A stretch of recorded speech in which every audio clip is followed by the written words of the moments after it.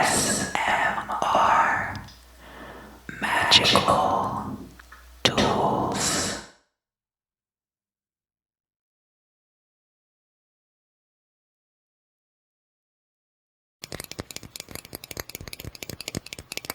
Hi, welcome back. Welcome back, welcome back, welcome back.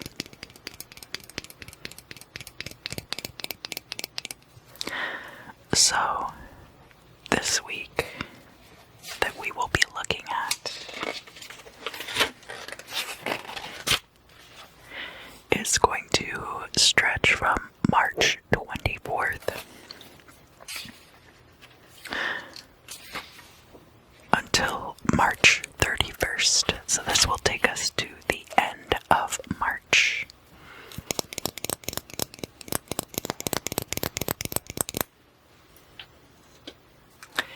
And of course, I will start out by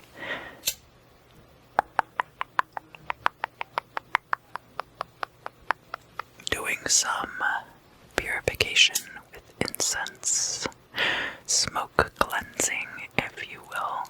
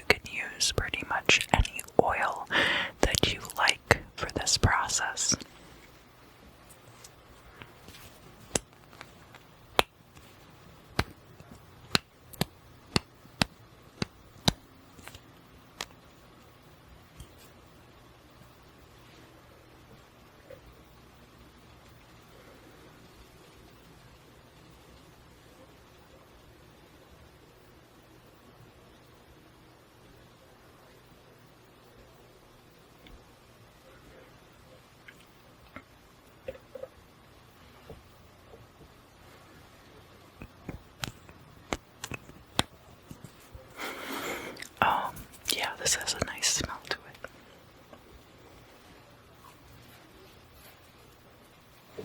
And I do have a beeswax candle this time.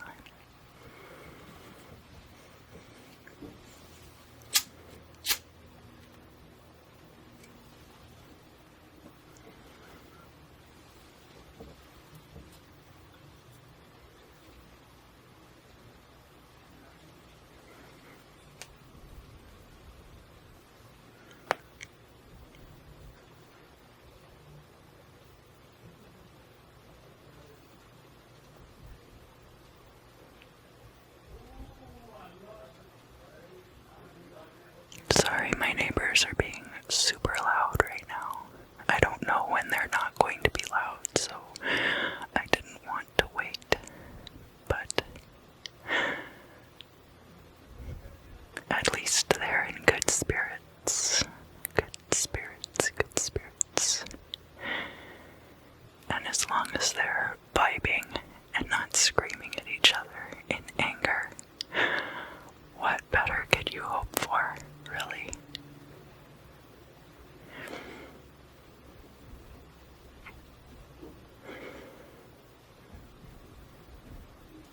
I don't want to complain too much about noise. Everybody has a right to live a comfortable life where they don't feel like they are causing problems for others. But just focus on the answers. Focus on the answers you would like to receive. Focus on the answers you would like to receive from this ceromancy session. What would you like to know? What would you like to know? Don't focus on my loud neighbors. Don't focus on my loud neighbors, only focus on the ceromancy and what answers you would like to know.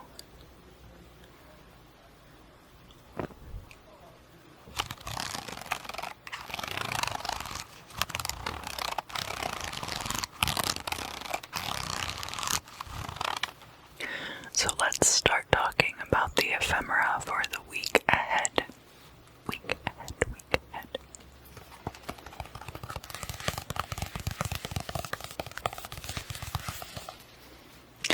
The moon is going to start in Leo on Wednesday of this week, the 24th.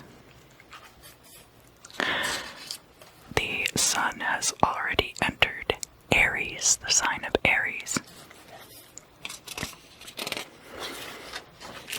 We will have a full moon this week. And by next Wednesday, the moon will be in Scorpio.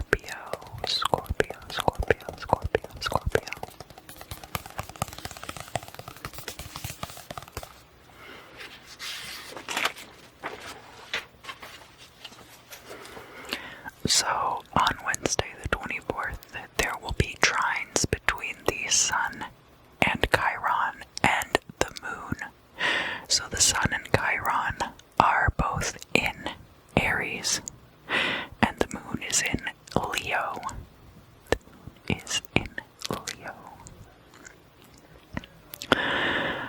The moon being in Leo is very good for creativity, as the moon has to do with the arts. But it can also be hidden romance coming out.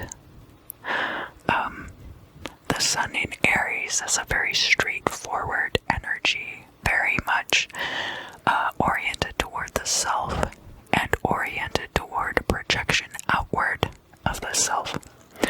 Chiron in Aries giving us an opportunity to deal with those parts of ourselves that might be standing in our way.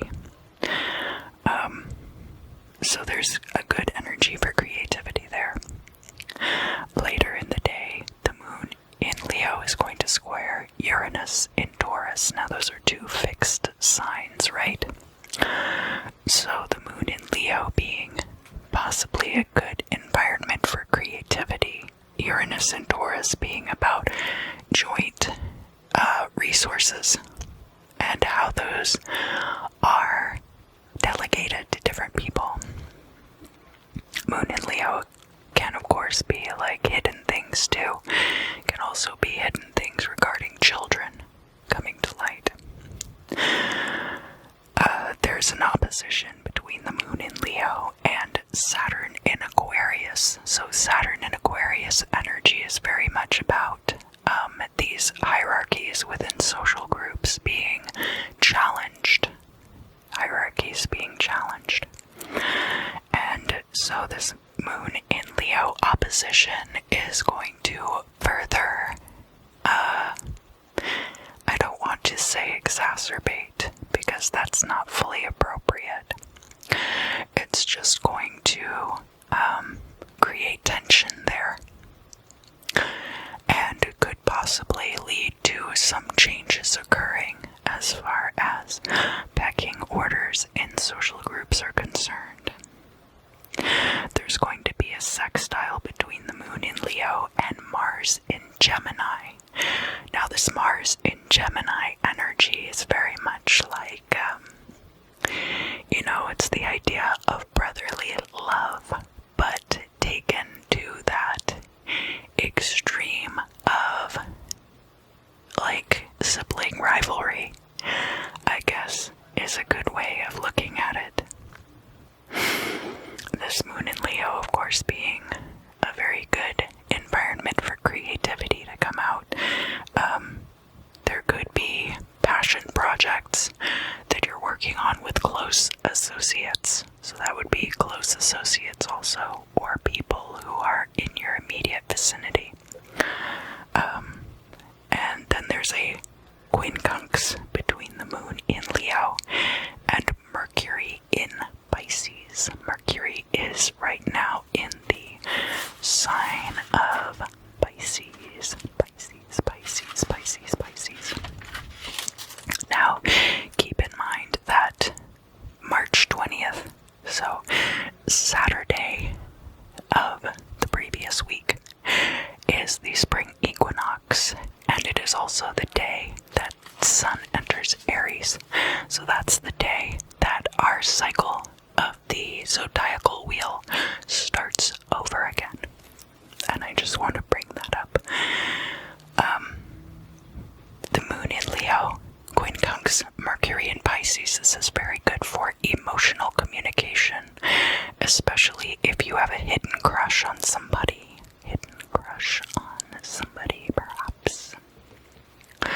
Thursday the 25th, there's going to be a quincunx between the moon in Leo and Neptune in Pisces. So this is much better for that intuitive nature, and there might be creativity based around your intuitive feelings that you are able to express during this time. It is going to be kind of a morning energy, so those of you who are early risers can take advantage of that. There's going to be opposition between the moon in Leo and Jupiter in Aquarius. So now we have wealth and expansion from social groups and new ideas in opposition to this creative energy. And it doesn't necessarily have to be an opposition of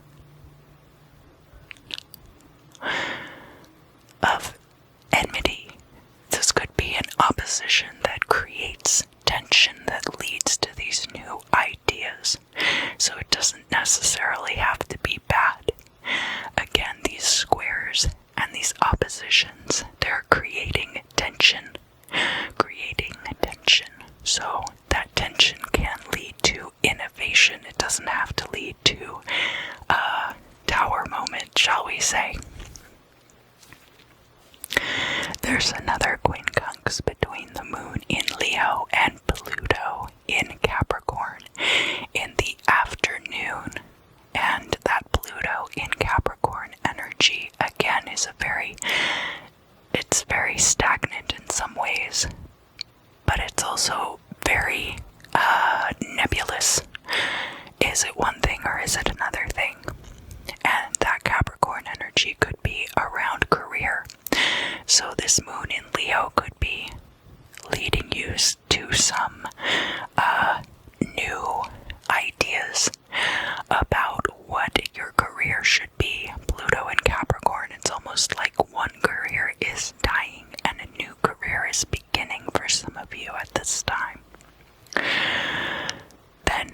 moon is going to enter Virgo, and right after that, the sun and Venus will be conjunct in the sign of Aries. Sun and Venus conjunct is going to be very good for a childlike romance in the sign of Aries. Could be childlike. It could be very much oriented around the self, so it could be your own perceptions surrounding what you want out of a relationship. Remember, Venus can also have to do with money, so it doesn't have to be romance. It could be about finance, romance and finance. And Aries being a very good energy for beginning something new as well.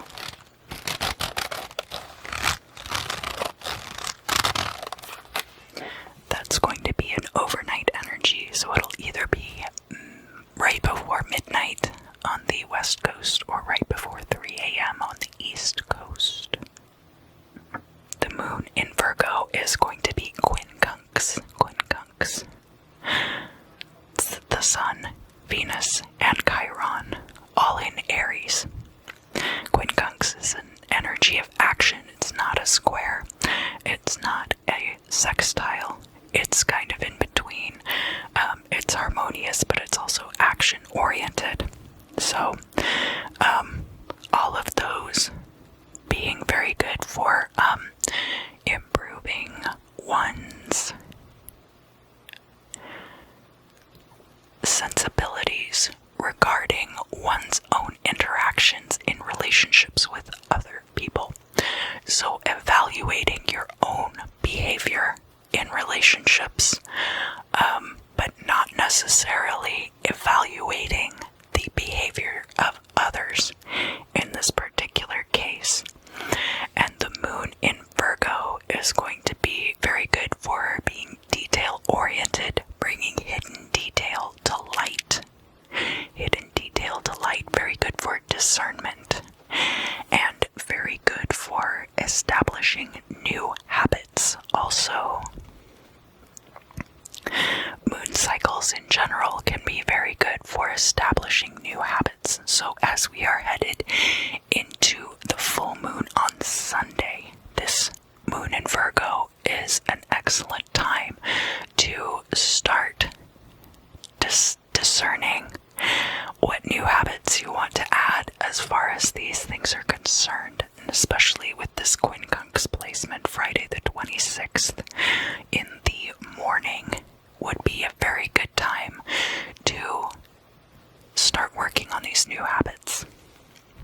Then in the middle of the day, there's going to be a trine between the moon in Virgo and Uranus in Taurus. So a good time to bring hidden details to light as it concerns joint properties and how those things are delegated.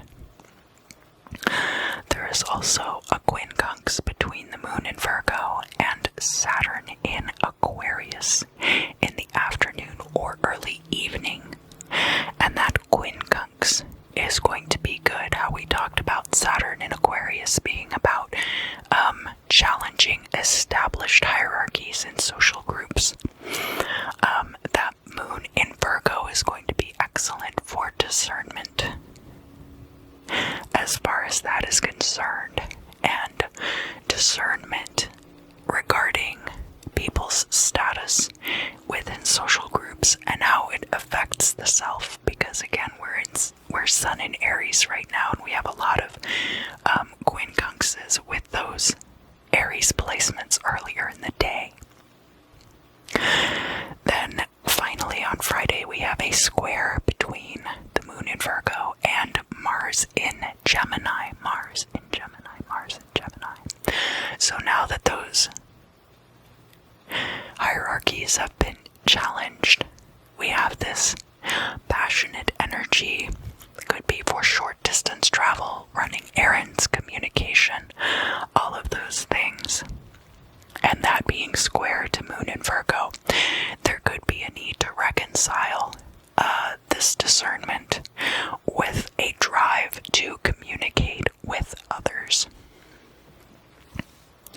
Saturday, Passover is going to begin at sundown for those of you who celebrate Passover.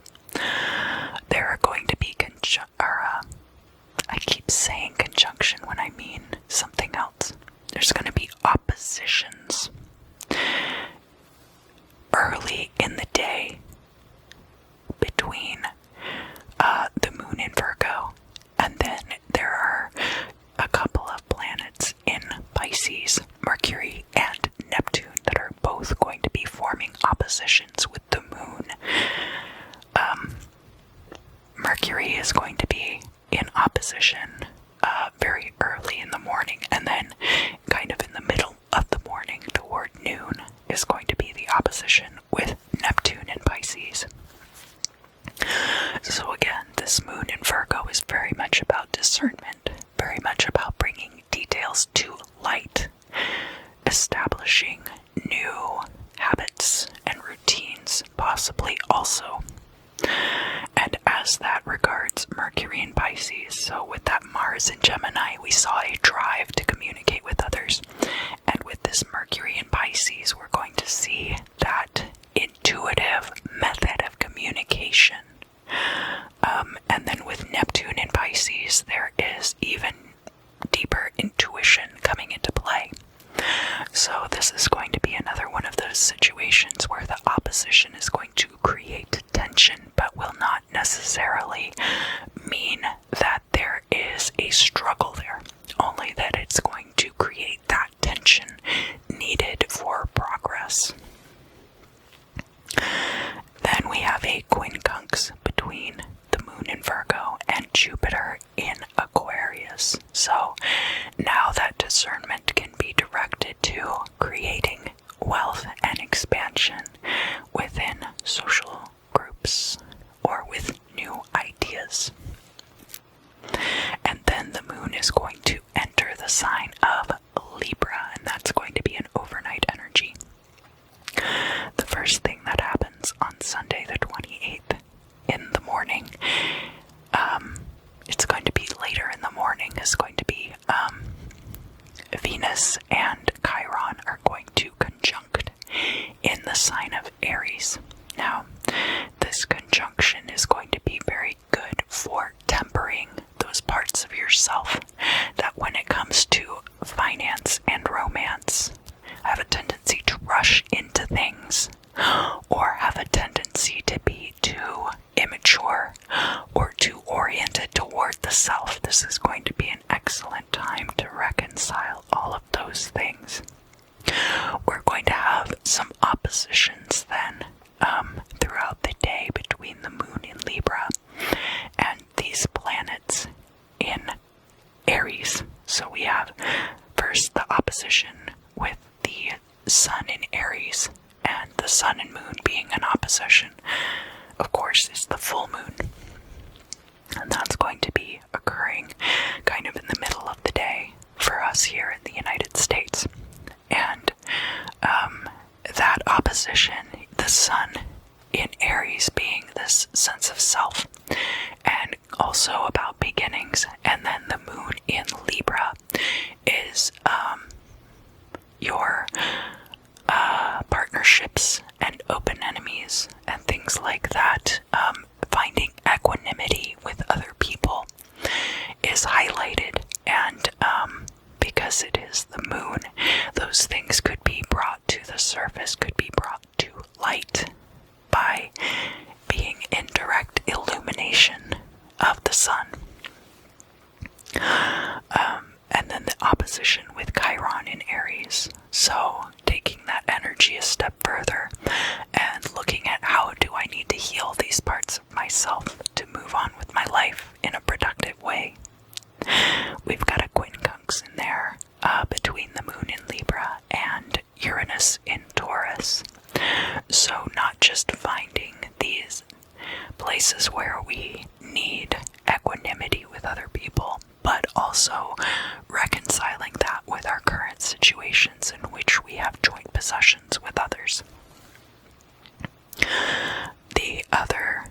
opposition is going to be with Venus in Aries. So that moon in Libra is very good for partnerships, of course. And Venus in Aries being about the self in relationships can also have to do with money and equanimity. But that energy overall, what that's going to look like, because this is an opposition and because we're talking about two like things standing in opposition to each other, we are looking much more at a situation where there might be some kind of disparity that gets resolved, or some kind of issue in a relationship where there is a lack of parity that gets brought to light and dealt with specifically at this time. Then, in the afternoon and evening, we have a couple of trines. One of them is an overnight energy. We're going to have a trine between the moon in Libra and Saturn in Aquarius. So, now that we have been exploring these pecking orders and hierarchies within social groups, and also the idea of establishment versus new ideas, Saturn in Aquarius can be a very dichotomous type of energy too. So that trine with fellow air sign Libra, where we have the moon, is going to bring inequities to light, and it's going to be done in a very organic way, because this is a trine and because it is not a harsh energy. So this might be kind of like a gradual transition energy rather than something that where people are forced into change. So that overnight energy is going to be a trine between the moon in Libra and Mars in Gemini. So we have, a couple of, we've got all of the air signs involved in this, toward the end of Sunday the 28th, where we've got one trine followed by another pretty closely, actually, separated by a few hours, but it'll give you an opportunity to kind of see these things all together. So that Mars in Gemini energy is then going to push that action because of the passionate energy behind Mars. There's going to be an urge toward communication and possibly also toward interstate travel and things like that. With that moon in Libra and having just come from that trine with Saturn in Aquarius, so you're looking at all of these air sign energies coming together with the moon, with Saturn, and with Mars. Now, Saturn and Mars are not totally disparate energies, only that Mars is a push to action, and Saturn is a concretion, a solidifying, an establishment. So there being that establishment first, and then followed up by this push, this drive.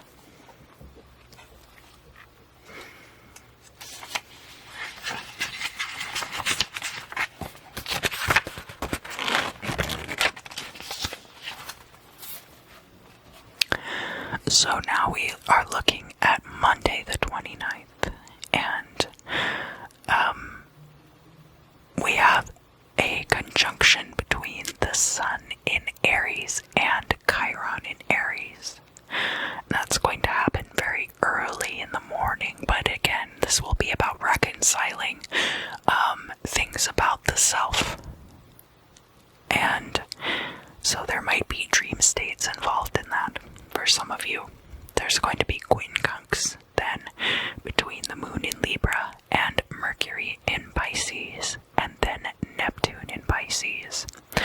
So this Libra energy with the moon is going to be about equanimity, and then Piscean energy, where we have Mercury and Neptune, is going to highlight intuition. So there might be like these intuitive feelings regarding equanimity with others that then are expressed with the Mercury and Pisces energy. There's going to be a trine between the moon in Libra and then Jupiter in Aquarius. So a lot of the issues that came up with the Saturn trine the previous day, now with that Jupiter trine, can get kind of, those energies can get kind of like pushed through and moved forward with that wealth and expansion of Jupiter. There's going to be a square between the moon in Libra and Pluto in Capricorn. Pluto in Capricorn. Pluto in Capricorn. Now this is going to create tension because the moon in Libra is bringing out these issues of parity with other people, and Pluto in Capricorn is this kind of transitional energy regarding how one is able to utilize one's resources. So it's going to be reconciling these hidden elements of needing equanimity with that transitional energy. Next, we're going to have a conjunction for real this time, I promise, and that's going to be Mercury and Neptune in Pisces. So this will be very good for intuitive states.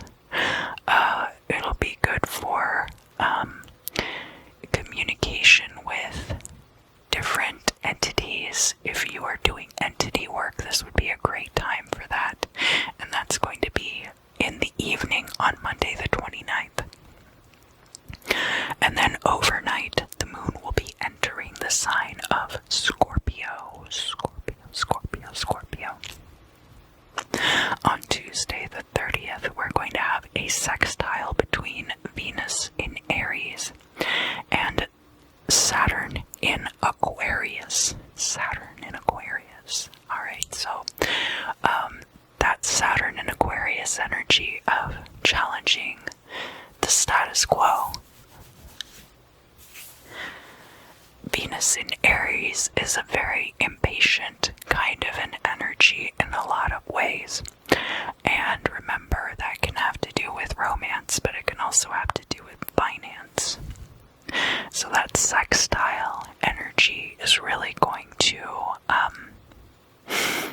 be more of a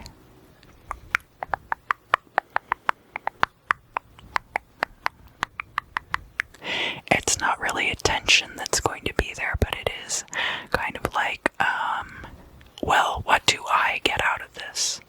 What am I getting out of this? And I think that's been quite a few of the different placements that we've seen in relation to this Saturn in Aquarius energy is, how is it serving me? How is it serving my immediate community? These hierarchies. We are going to see a few quincunxes throughout the day on Tuesday. The first of which is going to be a quincunx between the moon in Scorpio and Chiron in Aries. Now, moon in Scorpio is a very hidden, occult type energy, so this could be secrets coming out. And then with Chiron in Aries, and later in the evening, you're going to see the quincunx with Venus in Aries. So there could be finance or romance involved. Earlier in the day, there's going to be some introspection about the self and secrets that you might be holding. And then later in the day, with Venus in Aries and that quincunx, you're going to be looking at how are these secrets related to finance and romance and the self. Next, you have an opposition, and that's between the moon in Scorpio and Uranus in Taurus. So this joint possession, these things that we all have to work together because we all own a piece of this, whatever it is. Secrets, of course, are really not going to help that, but secrets coming out might cause tension at that time. Then, there's a quincunx also between the moon in Scorpio and the sun in Aries. So again, like with Chiron and Venus in Aries, the sun is just going to be illuminating these things and bringing them to light. And there will be a square between the moon in Scorpio and Saturn in Aquarius. Saturn in Aquarius. Saturn in Aquarius.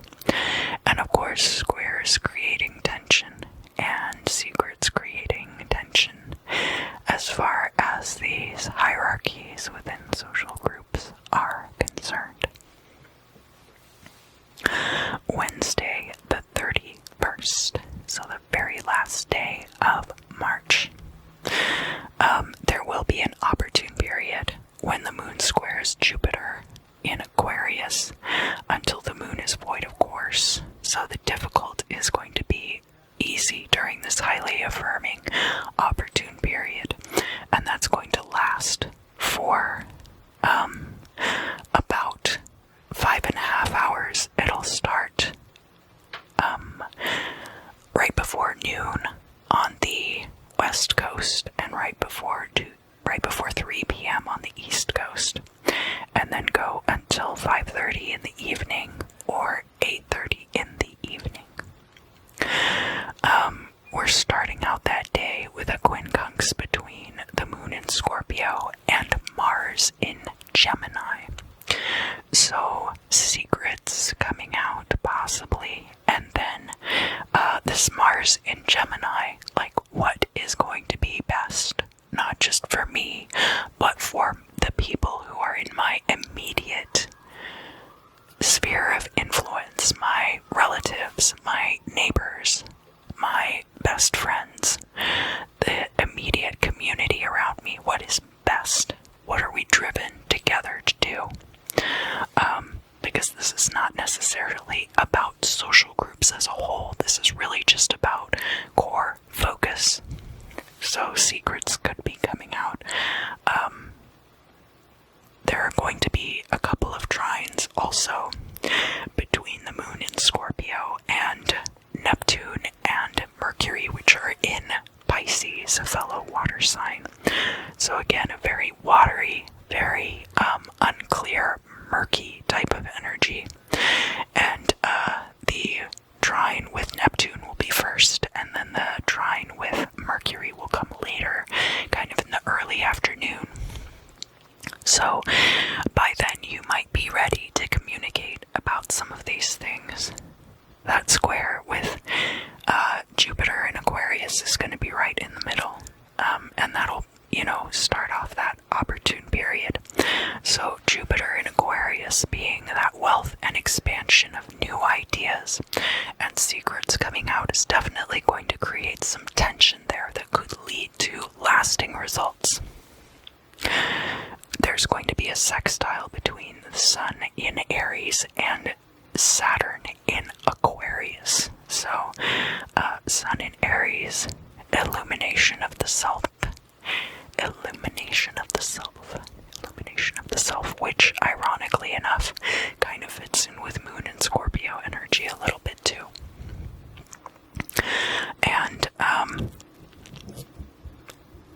with that sextile, so there's going to be the sextile with Saturn in Aquarius, and then also followed by a Moon in Moon in Scorpio sextiling the Pluto in Capricorn energy, and that's when the moon's going to be void of course. So let's look at those energies all together, because they are pretty close together, and I think we can talk about them as a whole.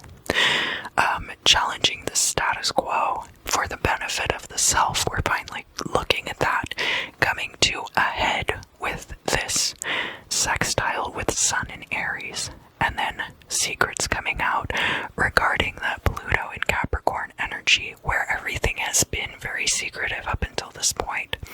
So all of that coming together kind of at the end of the day on Wednesday, March 31st is definitely going along with the lines of that opportune period, and having difficult things suddenly become very easy during that time. And then finally, the overnight energy bringing us into April Fool's Day is going to be the moon entering the sign of Sagittarius. Welcome back, Aries. Welcome back.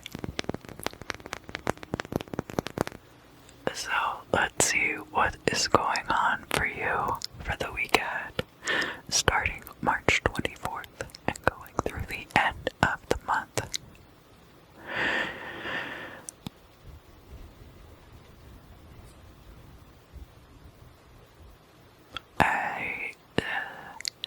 There's an awareness of social acts of terrorism, so this could be either that you are just extra aware of certain things occurring, or it could be that you are planning your own social acts of terrorism. And what does this have to do with Aries in particular? Only that you are trying your hardest to break out of certain molds, and possibly to relieve yourself of some kind of expectation that's been put on you. So there could be aspects of this that are you being aware of other people's social acts of terrorism toward you, and there could be other parts of this that are in order to break out of this particular situation. There has to be some kind of like subtle sabotage that occurs. So I understand that the word terrorism gets thrown around a lot, and I certainly don't mean it in a cheeky way. I don't think that we're talking about explosives or firearms here, but I do think we could be talking about like Regina George in the Burn book, that kind of deal, where in order to really spark off something that shakes everything up and causes a huge change.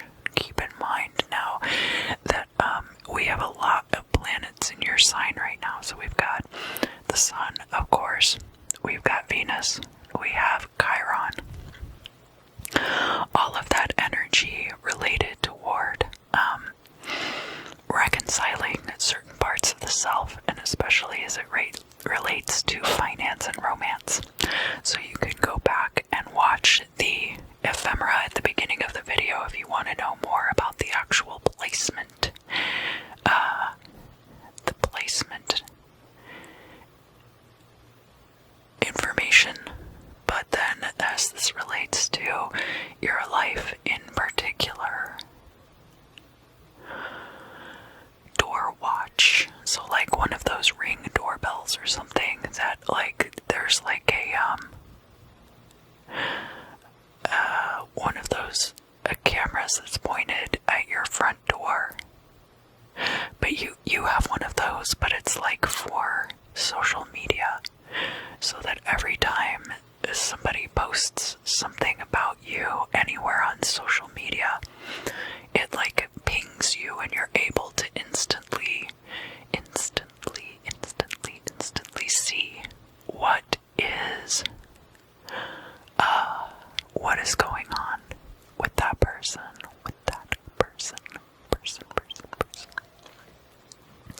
what they've said about you, and what the ramifications of that are possibly as well.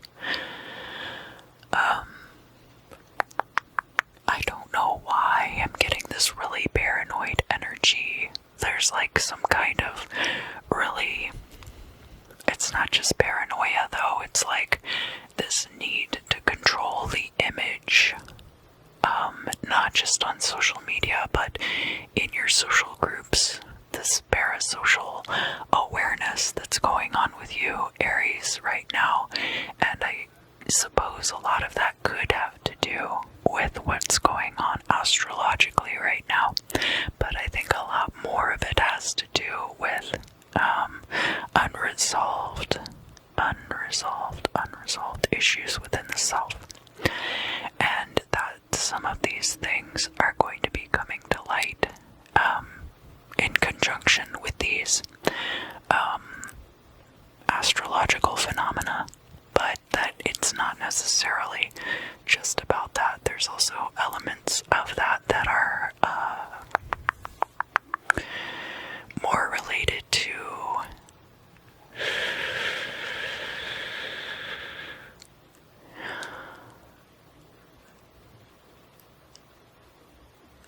extra awareness on your part. But what is causing this extra awareness? What is causing this extra awareness in Aries right now?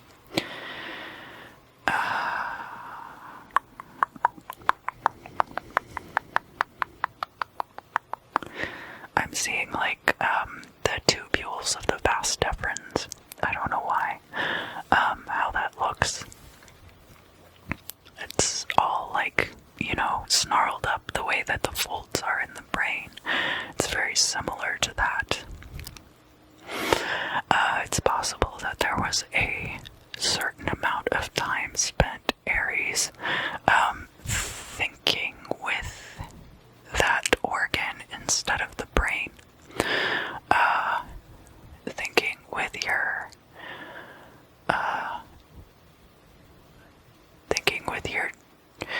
genitals instead of with your brain or with your heart.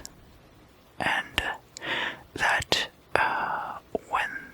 when you came out of the haze, when you came out of the fog, it was with this total clarity that is now settled around you and is exacerbating all of these other elements. That's not going to be the case for every single Aries, though. For some of you, it wasn't just thinking with your genitals. It was also, there was an element of, some of you, it was letting your ego drive the bus.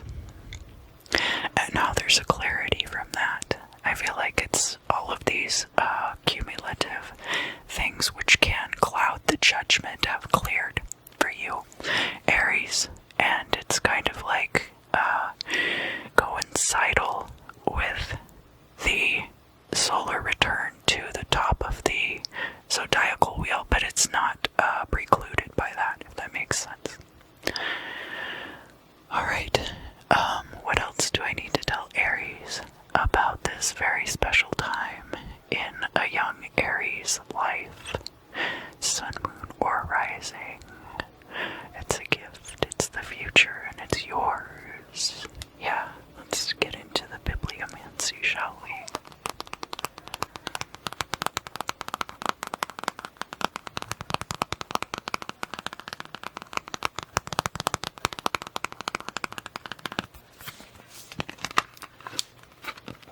So, direct your question right here, and let's find out together,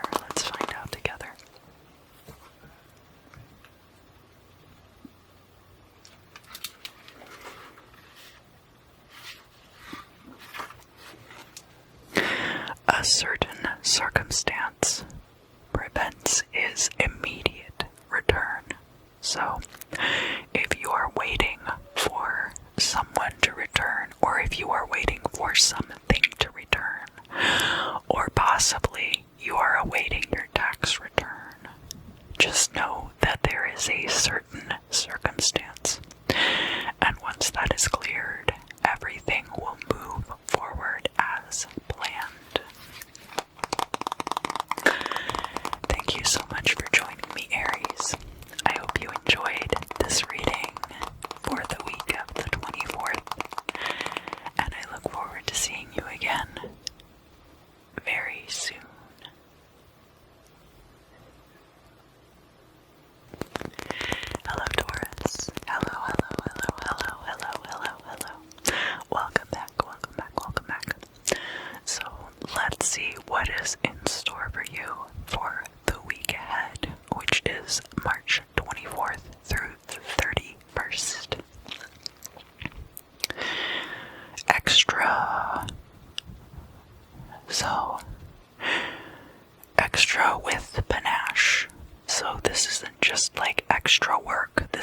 like work, but with panache, with little sparklers and details and like little, I see like it's like a planner, like a day planner, but it's got all these like streamers, like beautiful holographic streamers coming off of it. So it's not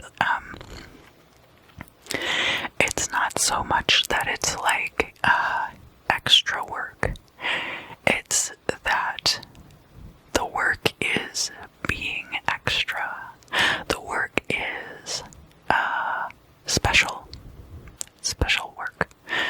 Not extra, but special. Like extra, read all about it. The breaking news. We didn't even have time to cool off the presses from the morning paper. This you're really gonna want this. You're really gonna want this to come your way.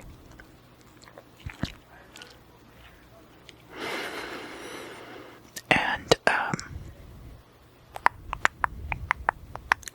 it's not that other people don't want to do this work, and that's why it is being put on you.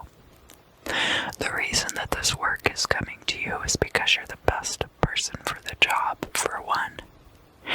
And for two, Taurus, you have like this very special way about you, which is going to make the work sparkle. It's gonna make it sparkly. Sparkly, sparkly, sparkly when you get your hands on it. No, they haven't asked you to do this thing yet. I don't think that you have gotten the assignment yet. I think that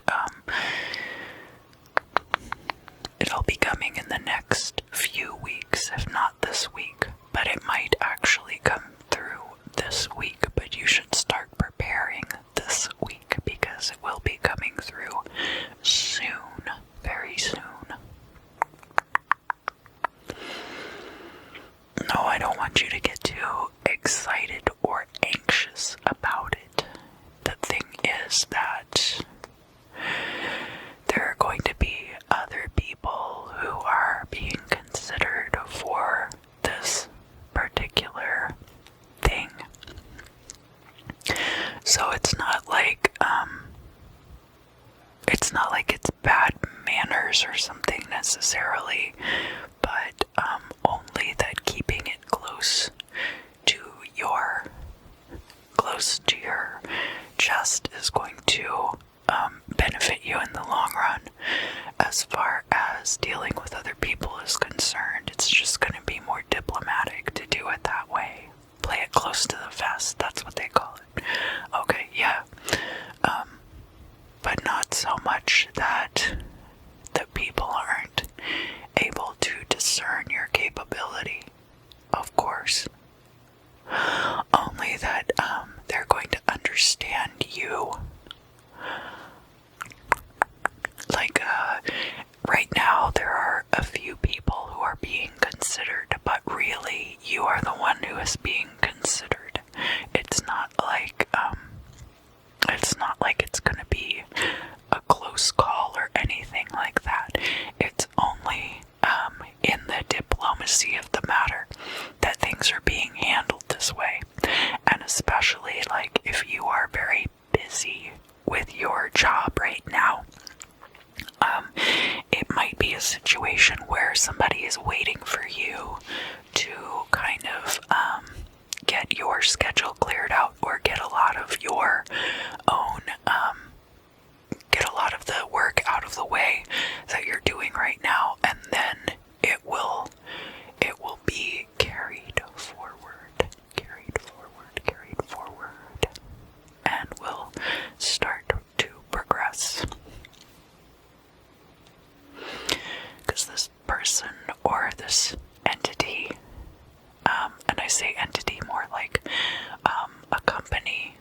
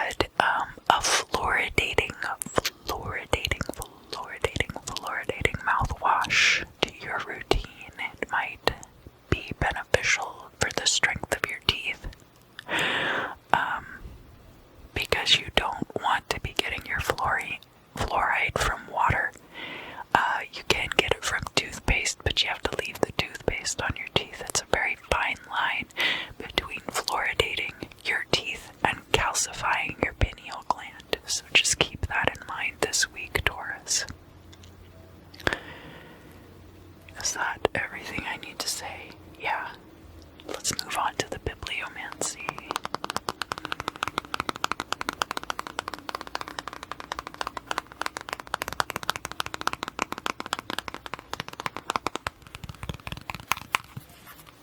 So, I want you to focus on this text, focus on the cover of the book, focus your energies on the cover of the book, and point your question, point your ever-present question here at the cover of the book. Okay, I got it.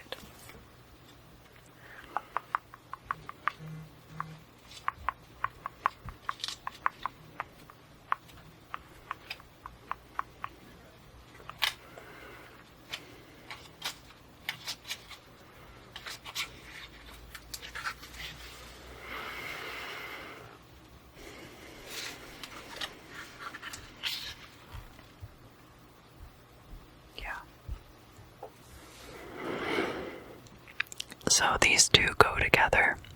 Taste not, touch not, handle not, and if thou dislikest the law, meddle not with it.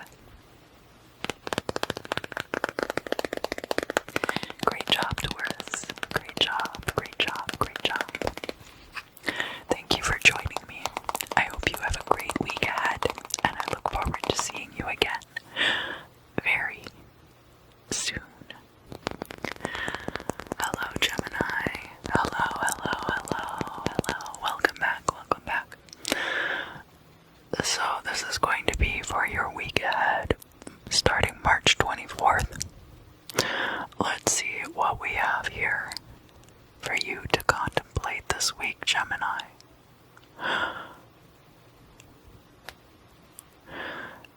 Something about putting your fist and your foot where your mouth is. You could be dealing with somebody who is very aggressive and very bent on making you look foolish for some reason. I cannot imagine why, Gemini. But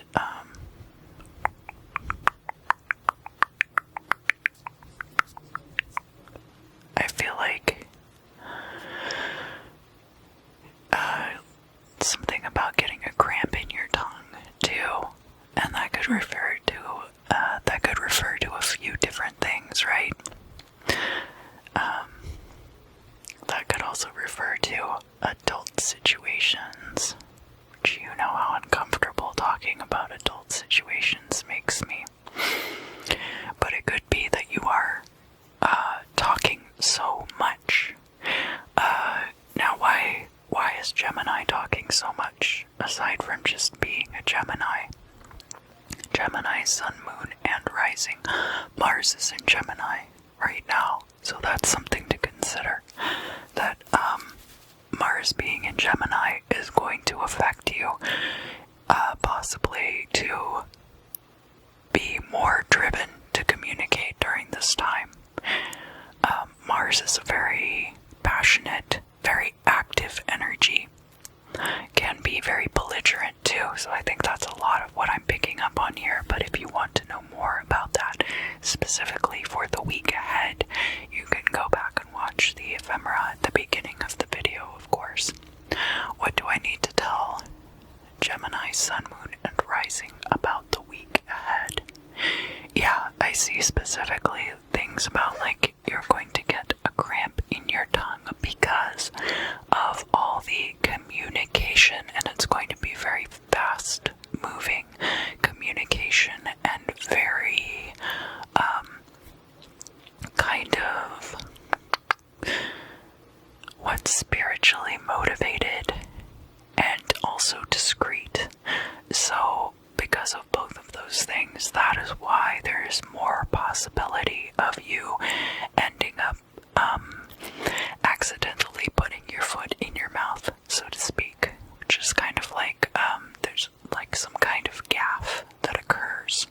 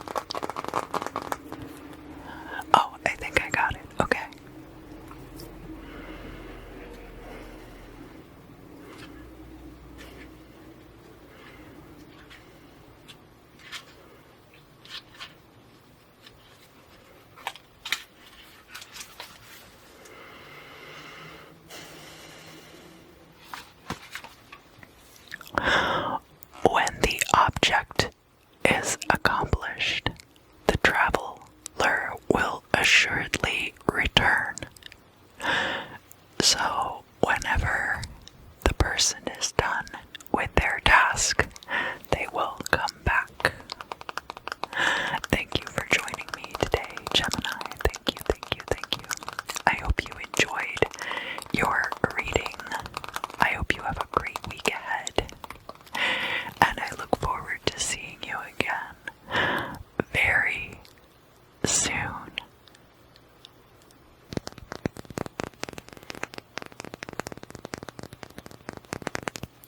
Hello, Cancer. Hello, hello, hello. Welcome back. Welcome back. This is going to be for Cancer, Sun, Moon, and Rising for the week of March 24th. So, let's get into it, shall we? Cancer. You've been feeling manipulated by the whims of the world.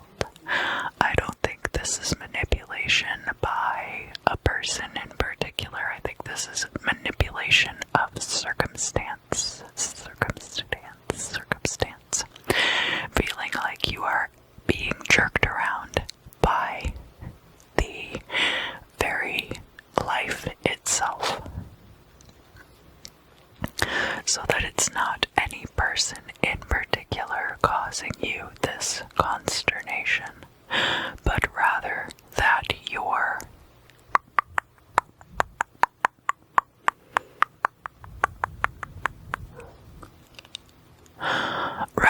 your being is being whipped about by the whims of the world. Now, this is not necessarily a bad thing, except that you have been putting yourself at its mercy. Putting yourself at its mercy. Mercy. But what does that mean? What does that mean in terms of your fate overall, your overall destiny, what you will be able to accomplish,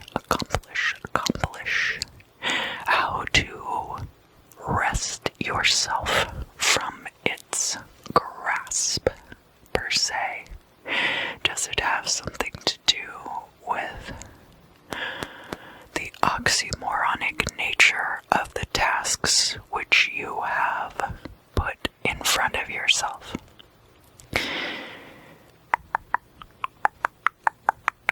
Some of you are undertaking some rather Sisyphean feats.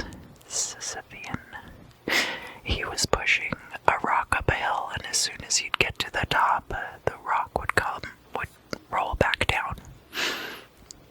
For all eternity, he was doomed to do this. That's not the case for everyone, but I feel like a lot of you are putting the cart before the horse, trying to get the horse to push the cart instead of pulling it. What did he say to you? He said something about organization and limits. We're defining limits now. So that could be part of the problem, is that you are defining these limits as you see fit and not necessarily as they actually exist, but merely as you see fit.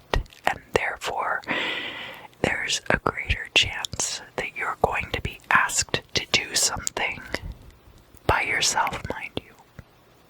That you're going to be asking yourself to accomplish a task which cannot be accomplished.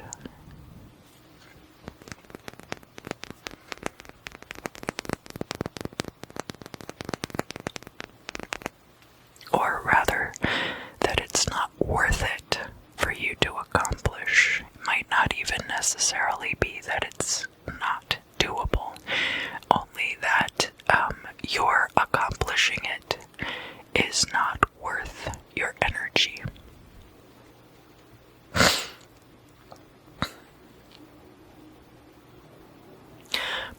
see you have a few options. You can continue on this path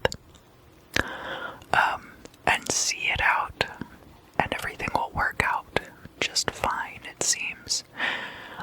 You can walk a little bit further up this road and see if it forks ahead. Or you can turn around and come back from whence you came. Now, if you choose to do that, you run the risk of missing out on all the progress that you've already made, but there's also the idea of sunk cost fallacy, in which you feel like if you've already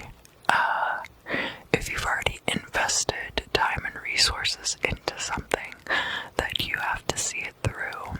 Now, that could be the case, but it could also be that you are cutting yourself off at the knees by persisting in something which will not serve you in the long run.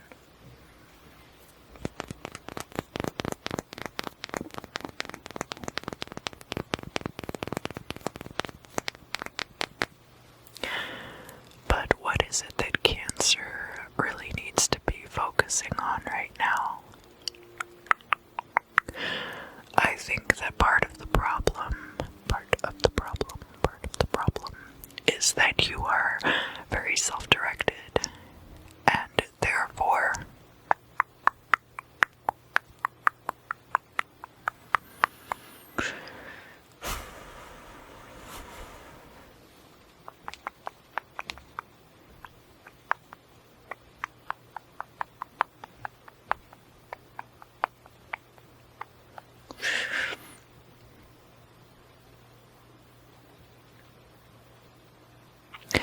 you're giving a lot of your energy to one thing instead of spreading it out, instead of compartmentalizing. And overall, that is going to hold you back in the long run. You don't want to get too scattered with your focus so that you're not able to accomplish any one of the singular tasks, but you also don't want to get so focused on one particular thing that it ends up overwhelming you and consuming you.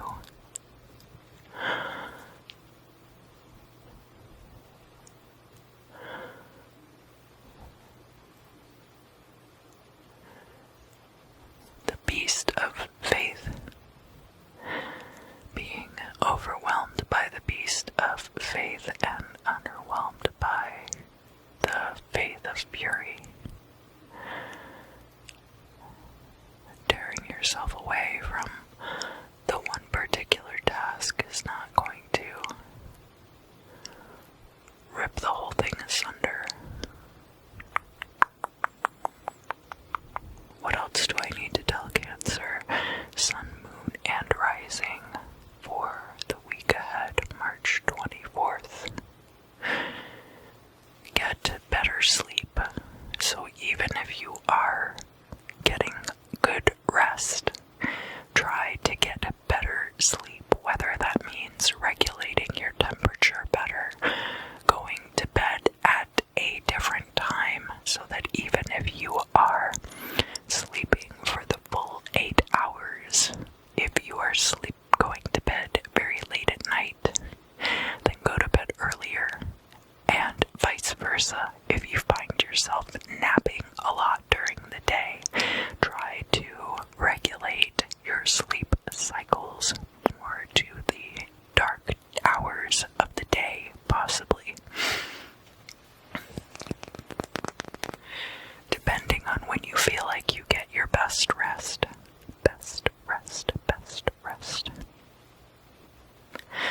Let's move on now to the bibliomancy. So, direct your question right here into the cover of the book. And I'm going to define from its pages the answer.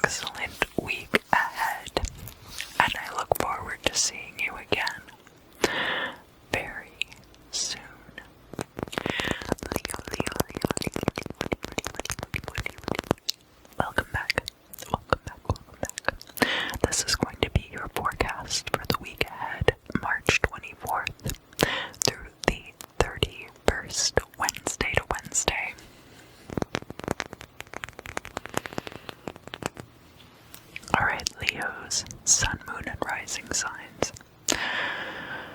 Let's see what you can expect for the week ahead. Frivolous frippery.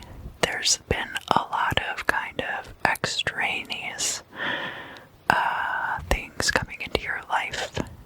I think a search for sumptuous surroundings. And it's not that these things don't have their place. I just think that at this particular time, you have been not taking things too far to the excess, but definitely dabbling in excesses, dabbling in sumptuaries. Don't worry, I won't tell the church if you don't.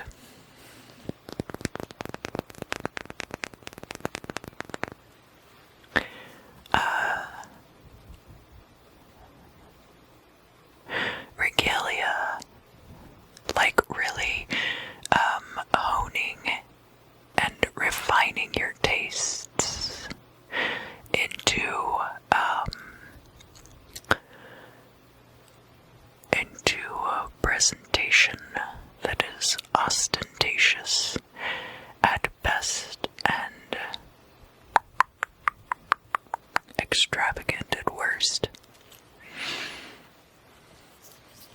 But why is it important for me to tell this to Leo for the week ahead, March 24th through the 31st? You are refining yourself. You are in a process of taking advantage of the resources available to you. And I think this will end up serving you well. It's something that I don't think that you have necessarily done by habit. I think this is something that you are ready to do because it is, it's time. You've reached the proper time for it to unfold.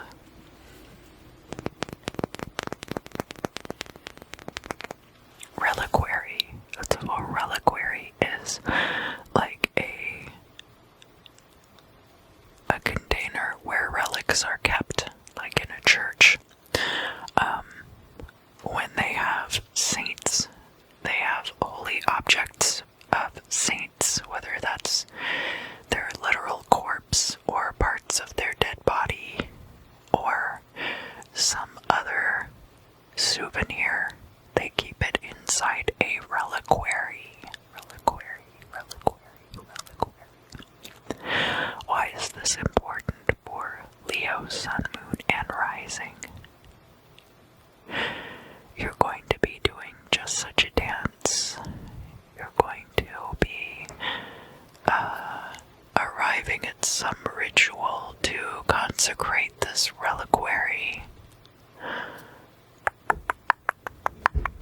It's possible that there is some kind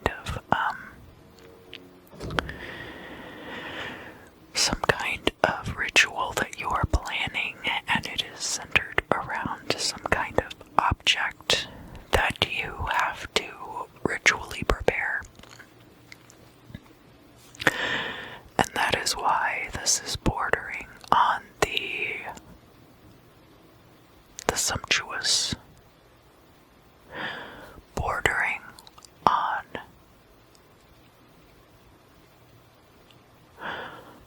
on something that could be defined as frivolous. I think I said frivolous at first. Frivolous. I just realized that my fan is running, and I was noticing the noise that it's making, so I hope that's not too bothersome for you. I do apologize.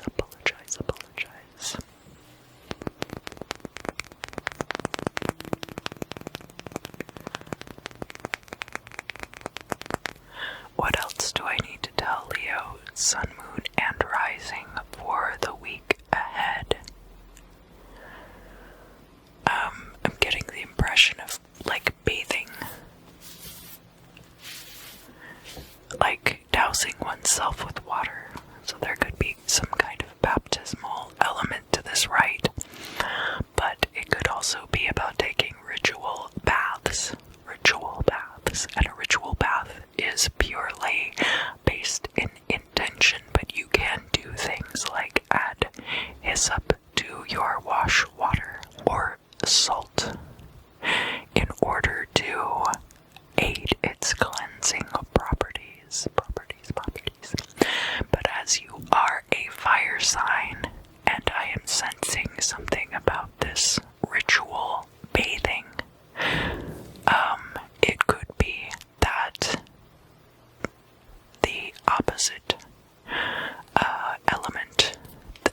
elemental factor has something to do with its efficacy.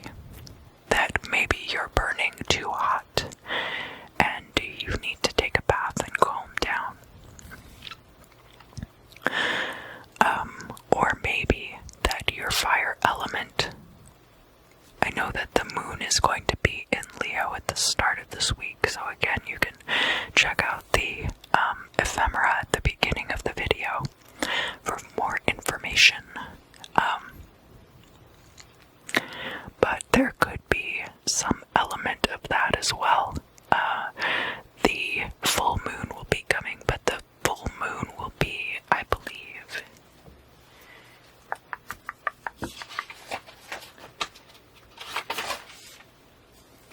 the full moon is going to be in Libra, but the moon will be in Leo, your sign of Leo, on Wednesday and Thursday as well.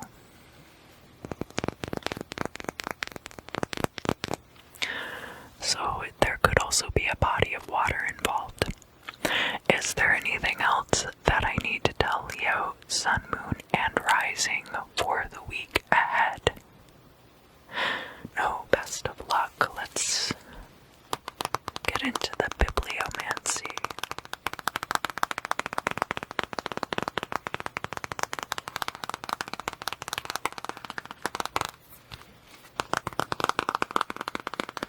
So I want you to direct your question right here into the cover of the book. Direct the question right here into the cover of the book. And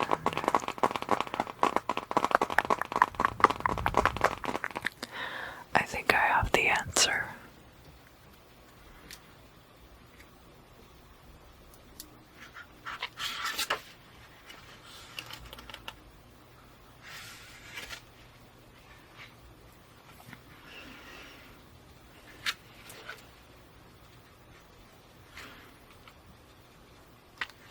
No, that's not it.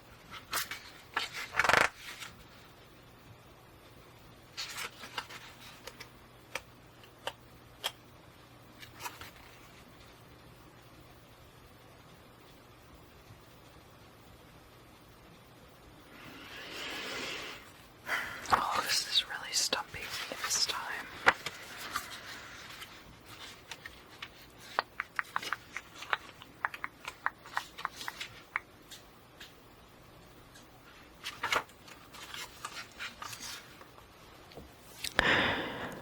Point out to thy children the deformity of vice, and they will shun it. So, that's some good advice.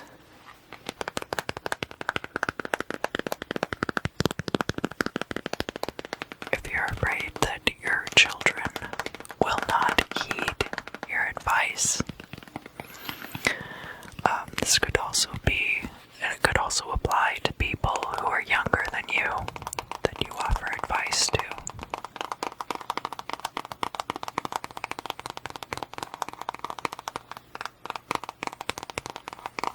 Any instance in which you have a moral imperative. Possibly you also have Gemini in your chart. That would tie in with what I was divining for Gemini for the week ahead. Alright, Leo. Well, I hope you have an excellent week, and I look forward to seeing you again very soon.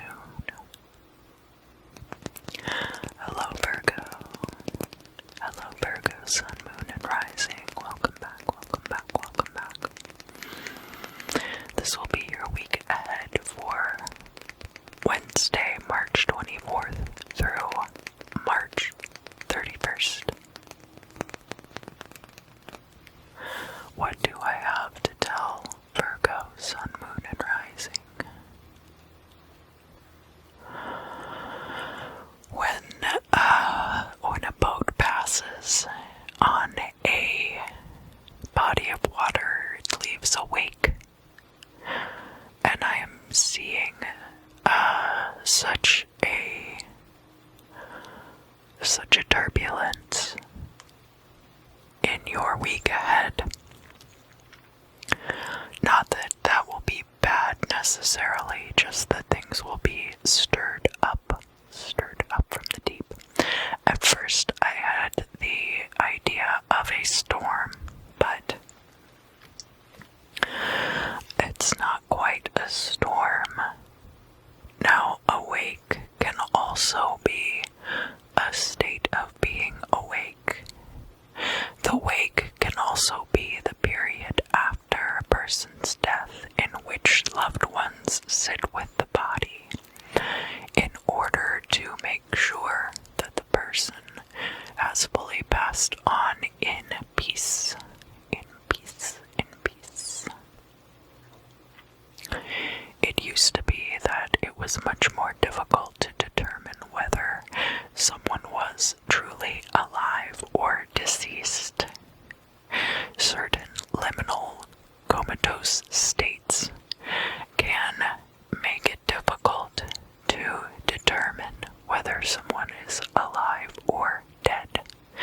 And that being the case, they hold a wake to make sure that the person is truly deceased.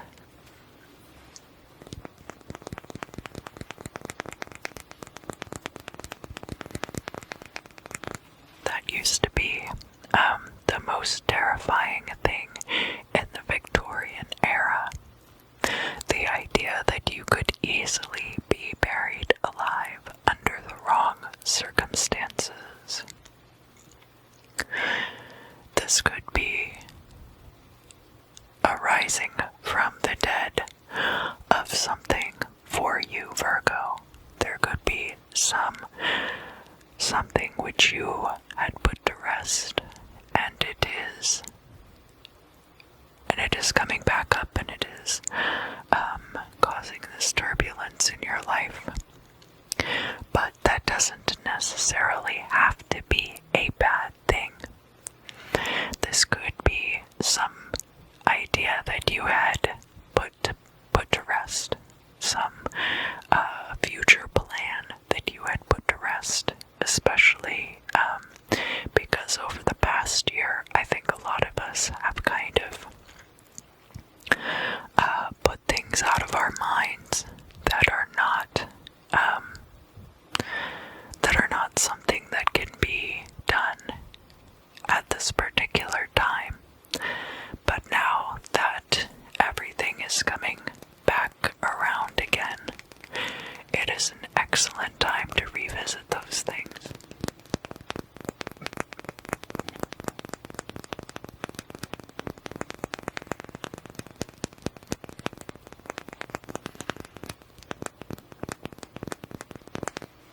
I think it would be very easy to shoehorn complacency into your state of affairs, just to simplify things, but I don't think that is going to work. I don't think that's going to be effective this time. It can be very easy to try to shut things out of your life because they are complicated. Not even necessarily that you don't want them in your life, but merely the fact that these things exist and they are complicated. Often they get put aside, perhaps to be revisited, but sometimes perhaps just to be forgotten. This could be one of those things that you thought you had put aside to be forgotten. Perhaps it's something that you thought you had donated to a thrift store, or it could be something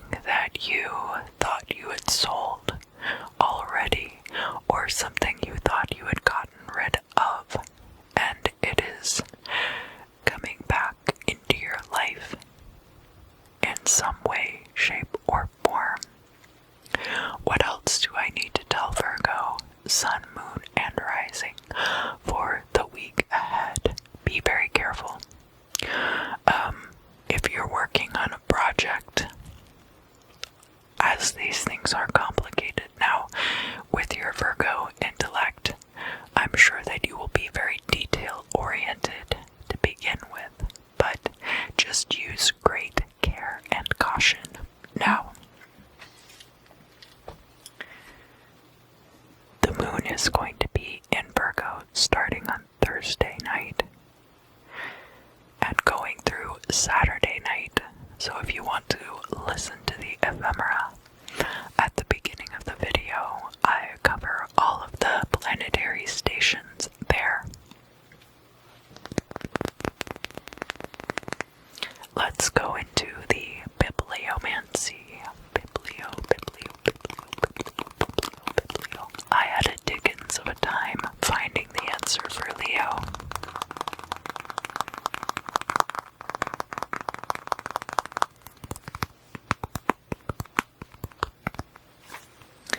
Why don't you direct your question right here into the cover of the book?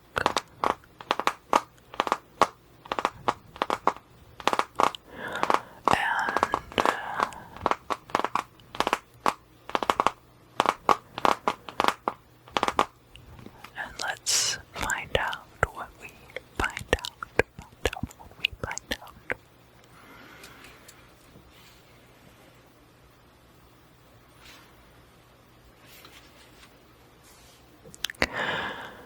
Your love is mutual, but endeavors will be made to cause dissension between you.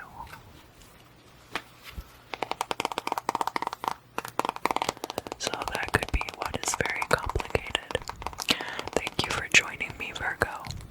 I hope that you have a wonderful week ahead, and I look forward to seeing you again very soon.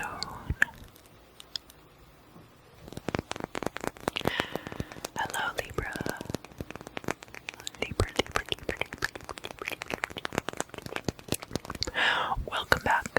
Welcome back. This will be your week ahead for Wednesday, March 24th through the 31st for Libra, Sun, Moon, and Rising. And already I can see that the sun is shining and it's bright outside and everybody is having a lovely time. There could be a picnic in your future. I see that you are spending time safely with friends. Again, as I was saying, it looks almost like a picnic outside or something like that. So, that you are staying safe and socially distanced. Some of you might have had the vaccine by now. Some of you may have already had the vaccine.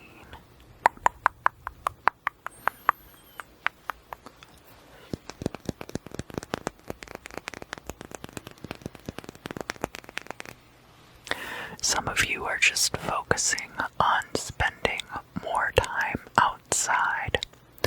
For us in the northern hemisphere, we are headed into spring, and for those of you in the southern hemisphere, you are headed into fall, and therefore the heat of the summer will be relenting, and the warmth of springtime here in the northern hemisphere will be coming in soon. So,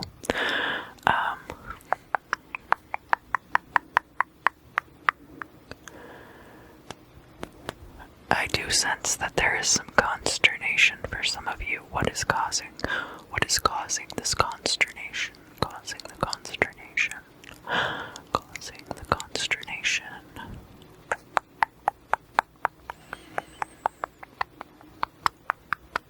Libra, there's I see that you're in the kitchen.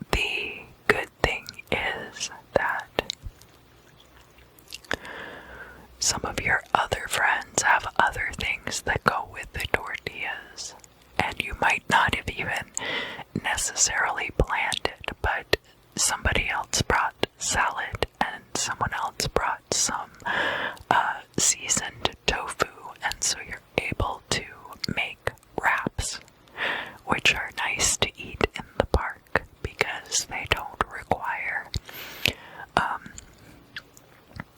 require plates necessarily. Now, I always eat wraps on a plate, but I certainly wouldn't judge somebody eating a wrap with no plate in the park.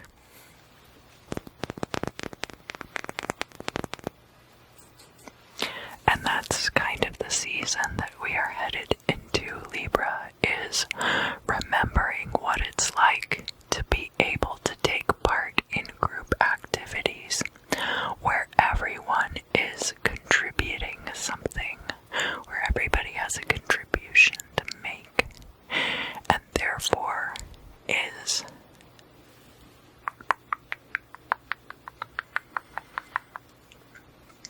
it's like a bonding activity. There's a bonding to it, spending this time with your friends and them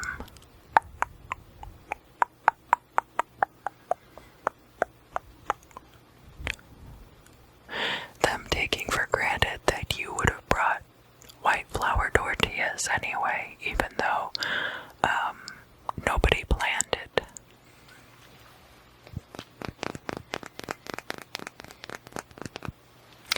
What else do I need to tell Libra, Sun, Moon, and Rising for the week ahead?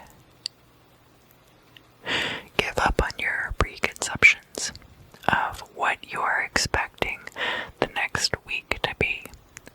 I do see a certain amount of leisure, pleasure, time with friends, and fellowship. Fellowship being the most important element, and one of your strong suits, I do believe.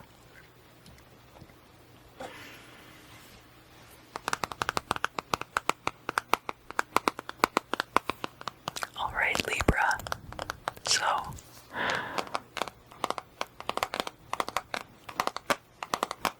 direct your question here into the cover of the book, and we can divine the answer. Alright.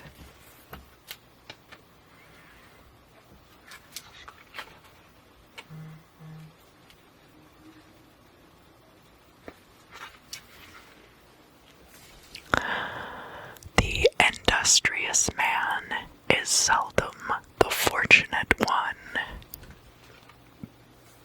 So, keep that in mind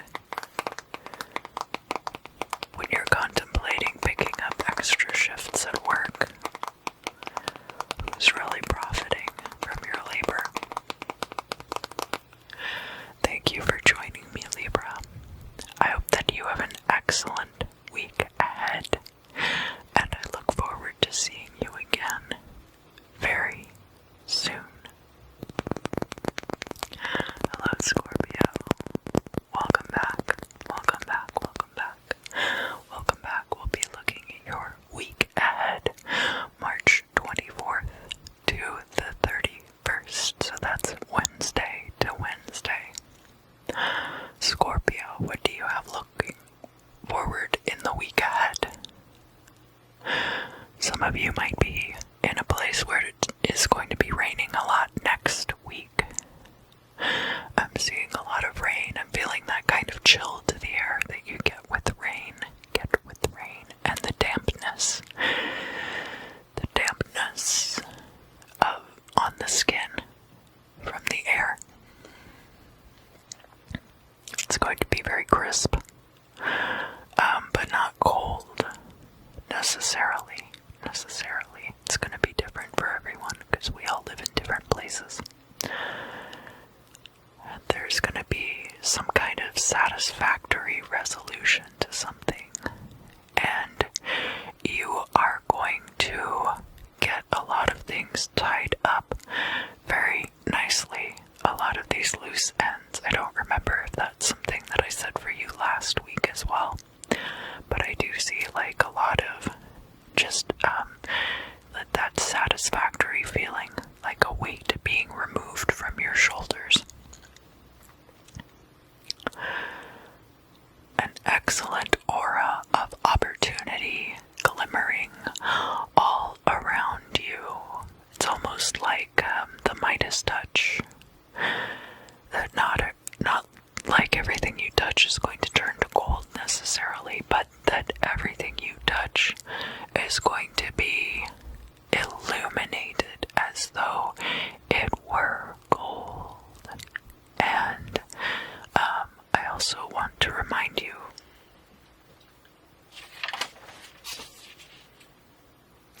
that the moon will be in Scorpio Monday through Wednesday. Either Monday or Tuesday through Wednesday, depending on which coast you're on. So you can go back and listen to the ephemera if you want to know more about that. I myself have a moon in Scorpio. I myself am strange and unusual. So what else must I tell Scorpio, sun, moon, and rising for the week ahead? Glimmer.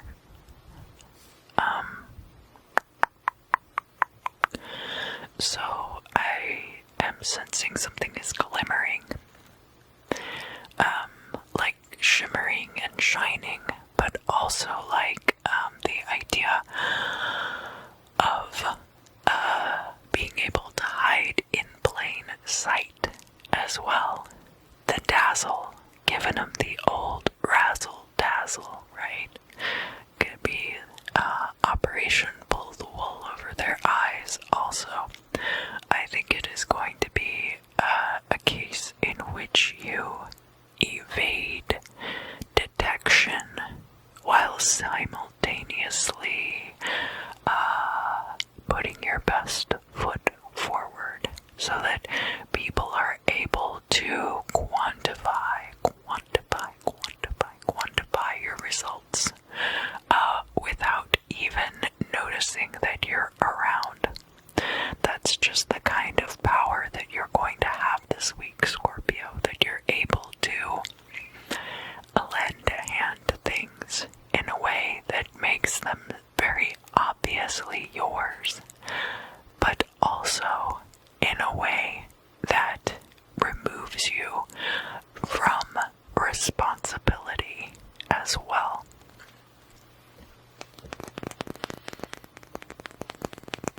It's a very charmed sort of, a very charmed presence at this time. But I don't think that you will be watching out for that. I don't think it's something that you are doing intentionally or purposefully. I think it is something which is simply come to pass. Something that just kind of turned out a certain way, but it is not predicated on your involvement.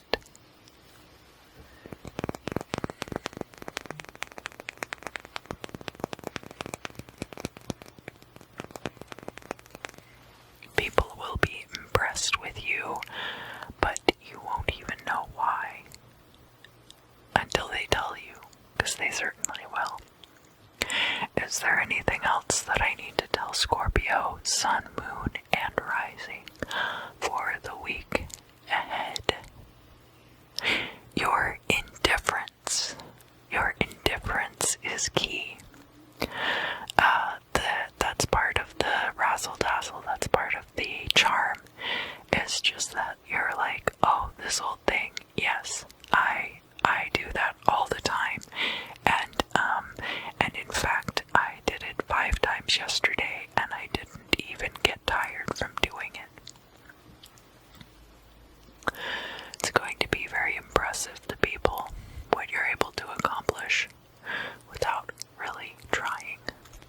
Is there anything else else I need to tell Scorpio, Sun, Moon, and Rising about the week ahead? No, let's move into the bibliomancy.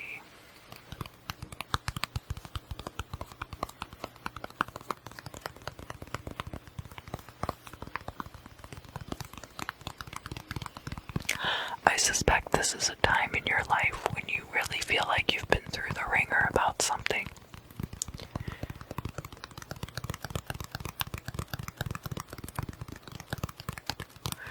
Perhaps you've been picking out ropes. Direct your questions right here, if you would please. Direct your questions right here. Alright.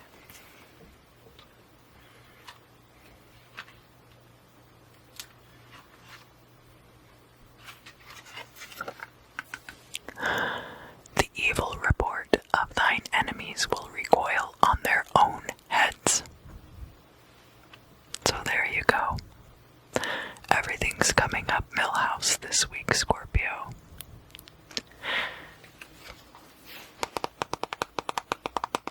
I hope you have an excellent week ahead, and I look forward to seeing you again very soon. Hi, Sagittarius. Sagittarius, welcome back. Welcome back. You might notice I changed my shirt. Sometimes it takes me a couple days to film these. Especially if I'm trying to pace myself and not get too tired. Let's look at what is coming up for you this week, Sagittarius. Something purple, some kind of purple nonsense, bullcrap, purple bullcrap. What does that have to do with? What is this purple bullcrap all over my desk? I don't know. There are these purple glue sticks that dry clear. It could have something to do with that. Gotten yourself into a sticky situation, possibly. But I feel like it's just something that you were doing that was going just fine, and then all of a sudden, it kind of gets out of control. I'm not entirely sure. Let's see. Yeah, I'm seeing a desk that's got a bunch of papers on it. And,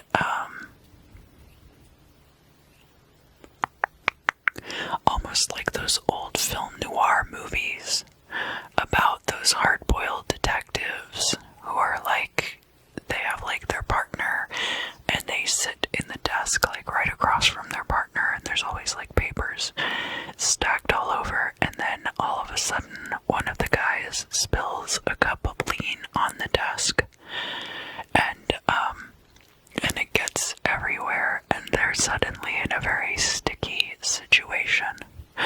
But this could actually have a positive effect. How, you ask? Well, so in this particular case, there could be a situation where all of the top papers get drenched, right? And then as you're cleaning up the area and you pick up all of the papers that have been soiled, you uncover a piece of evidence that you had totally overlooked before, but which has now taken on additional importance.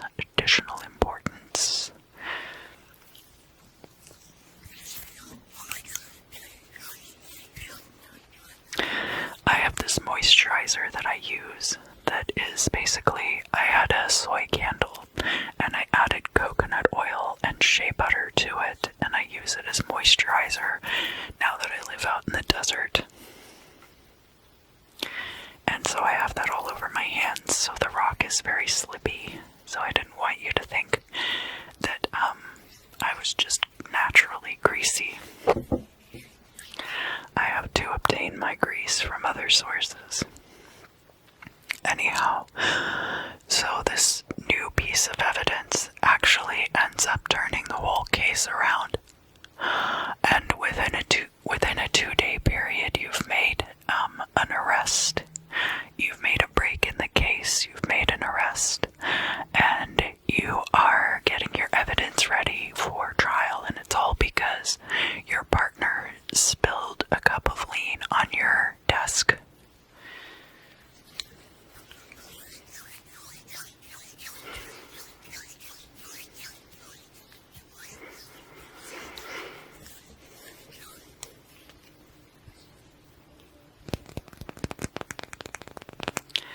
And I feel like that's going to be something that ends up unfolding over the course of the next week. So the moon is not going to be in Sagittarius until we are into April.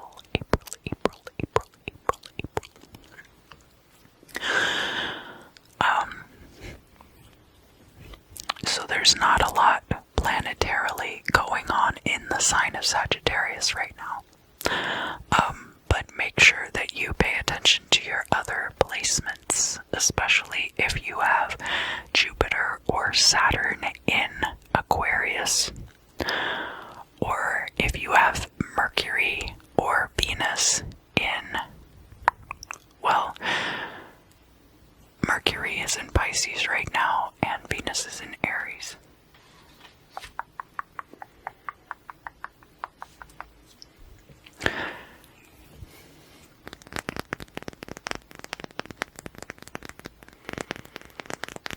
What else do I need to tell Sagittarius about the week ahead? I think that's it for the scrying. Let's move on to the bibliomancy.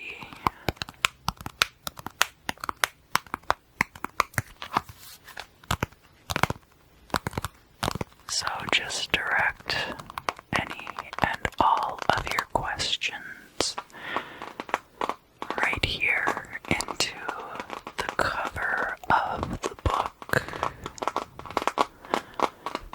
and just project your questions right here, and I will divine for you an answer.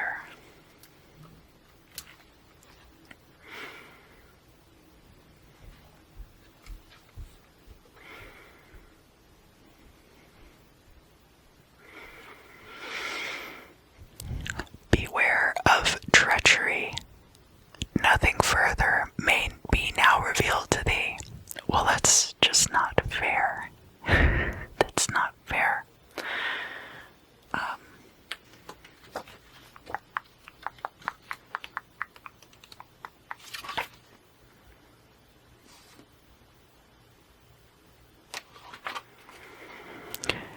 Take not away the life of a man who has injured thee.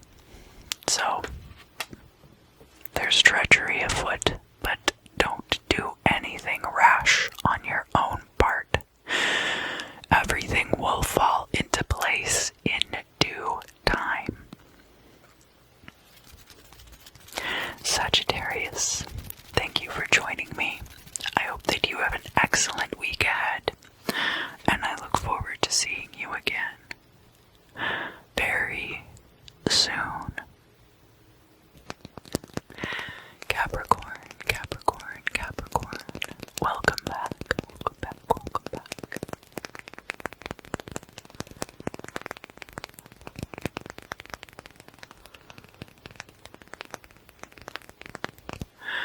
So, we're looking at the period from March 24th until March 31st. There was quite a bit of activity in your sign over 2020. Pluto is still in the sign of Capricorn, so you can listen to the ephemera if you want to know more about that. What is going on for you this week, Capricorn?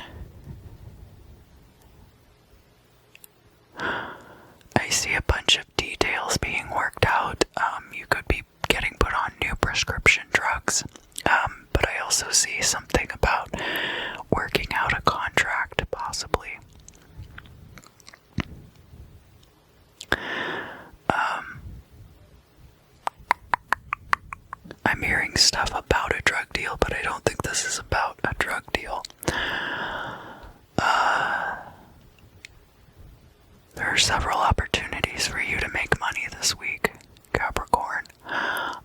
And I think that there's going to be quite a bit of legal negotiation going on in your business life. You're working out either this is going to be like sponsorship or advertising money coming in for you, or it could be closing on a house or closing on a new business, office, something like that. It is going to have to do with the way that you make money. And so there's going to be like quite a bit of negotiation and hashing out details. And I feel like you are going to be on new prescriptions, possibly, that might make it that you might be getting used to these new prescriptions. So just take it easy. Take it real easy and talk to your doctor about the best way to integrate these prescriptions into your life, because there might be interactions or side effects that are going to make it difficult for you to operate in the way that you're going to need to over the next week in order to maintain your efficacy. Maintain your efficacy, efficacy.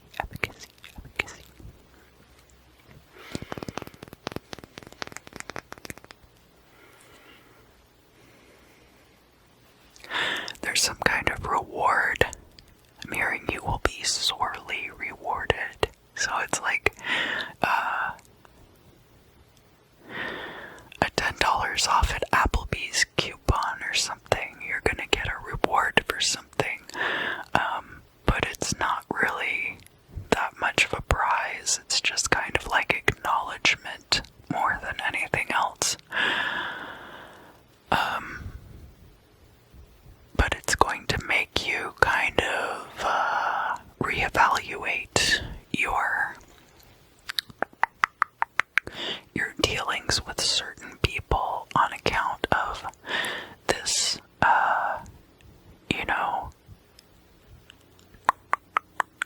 like, this is really all you have to offer me. This $10 off coupon for Applebee's. Is Applebee's even still around? Is that still a thing?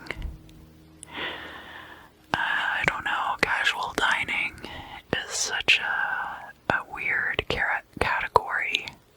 Where are people gonna go on Tinder dates if there's no more Applebee's, right? Go to a brewery. Yeah. But there's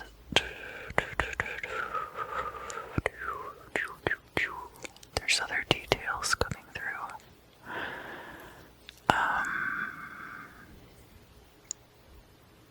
I feel like you sacrificed a lot, and as a result you got the award, but it wasn't. The reason that you made those sacrifices was not for the reward, it was for your own benefit. It was for your own benefit. It's knowing when to cut your losses. That you have found your way out of a certain situation, and so the fact that that reward was what was used as an acknowledgement of that on the part of this other party, you've kind of like taken a big step back from that. I don't think it's something where you're just gonna like cut these people off wholesale. But I do think it's a situation where now you're reevaluating. And since you're already moving on to this other situation where you're like working out all these contracts with this other party,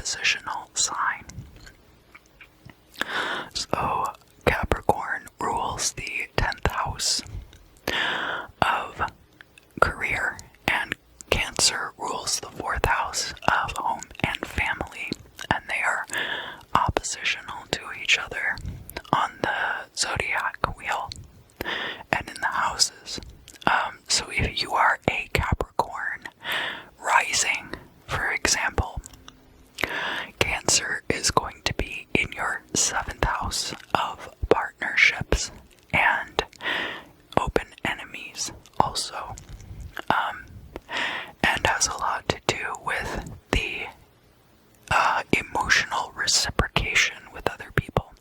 So we're not looking, so we're looking at equality with other people because we're in the 7th house, but we're also looking at emotional reciprocation, but not emotional equality when we're looking at Cancer traits, Cancerian traits.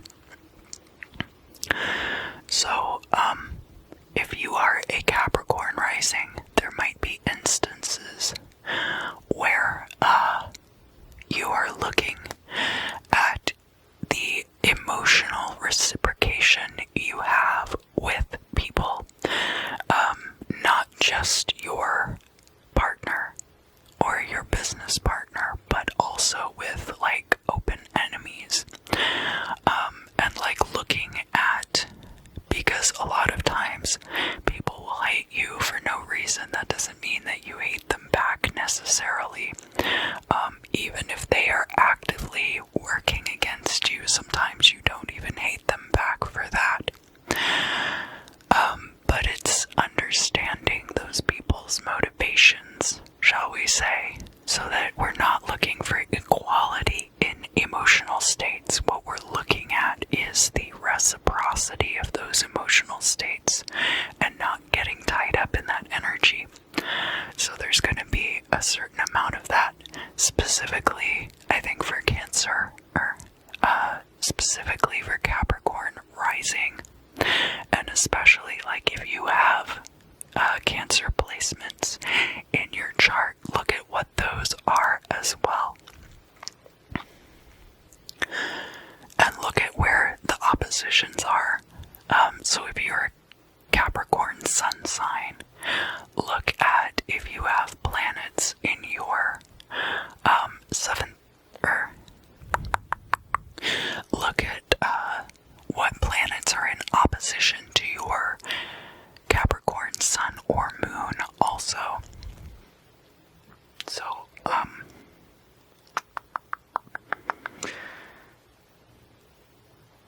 yeah, especially like if you were Capricorn and you were born near the full moon, then Cancer would be where your moon is located, for example. And so that would be a way to know that you were born under the full moon as well. Why is this important? Yeah, look at what those houses are too. Now that's going to be specific for each and every one of you. So like your Capricorn sun and your Cancer placements, your Capricorn sun or moon and your Cancer placements, you're also going to need to know your rising sign, because you can use your rising sign to determine then what houses those are on the wheel of the houses. It's always good to keep your chart around to look at for reference if you're doing any kind of divination. Now, obviously, these are general readings, so I can only really look at these from the perspective of a large group overall. But that is something that is coming through for this week also. Is there anything else I need to talk to Capricorn about? I think it's time to move on to the bibliomancy.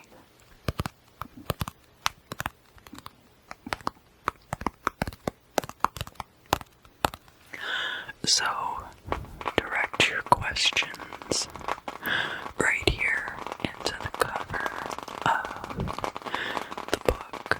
Right into the cover of the book. Alright.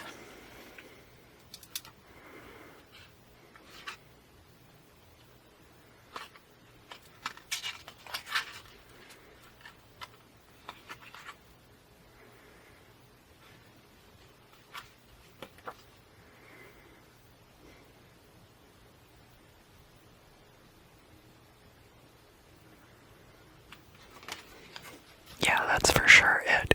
Okay. If thou seest the man whom thou callest thy friend act deceitfully towards others, deceive not thyself by thinking he will be faithful to thee. That's good news. It's good to know. Capricorn, I hope that you have an excellent week ahead, and I look forward to seeing you again very soon.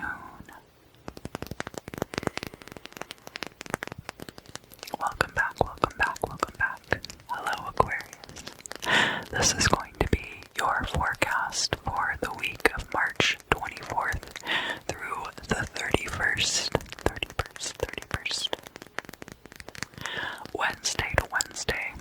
And you can listen to the ephemera at the beginning of the video if you want. A lot of planets were in your sign in February, back when you were having your solar return.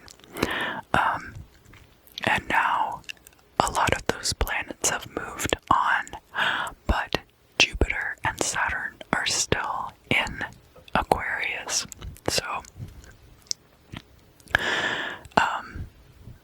Jupiter is about wealth and expansion, and Saturn in Aquarius is about challenging the status quo in a lot of ways. So, you're having that move through first, and then it's being followed, and I'm talking about followed chronologically by Jupiter and Aquarius transits with the moon.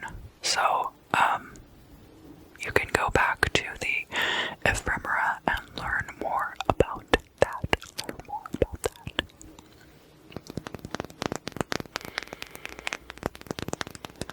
Aquarius, what is happening for you this week? This looks like an egg, but I'm also seeing something about an egg. Kind of like Castor and Pollux, the twins coming out of the egg. Now, Castor and Pollux are heavily associated with the sign of Gemini, your fellow air sign. Mars is in Gemini right now, so there might be things about that. Let's see.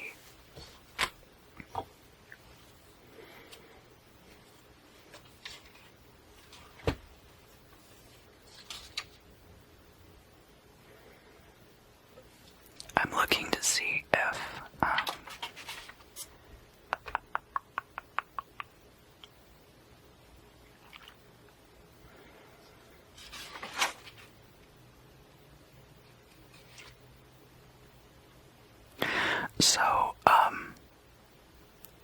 I'm not seeing trines between Mars and Gemini and any of the planets in Aquarius for this week, but what is happening is that the night of the full moon, the moon is going to be in air sign Libra, and so the moon is going to be trine Saturn in Aquarius, and then Mars in Gemini.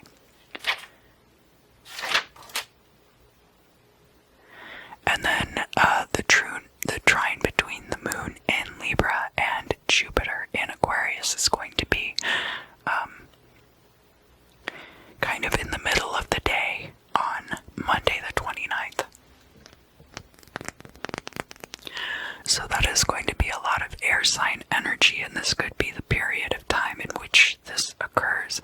I'm seeing like an egg, kind of like Salvador Dali used to paint a lot of these like things like emerging from these egg shapes, and there's some kind of like egg hatching, but it's not like a crispy eggshell. It's not like a bird eggshell. It's like a reptilian eggshell, so it's very leathery, and it kind of peels away rather than it being like the kind of shell that you would chip out of and escape that way.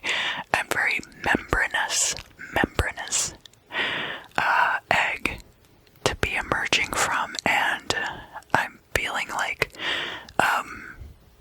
this is not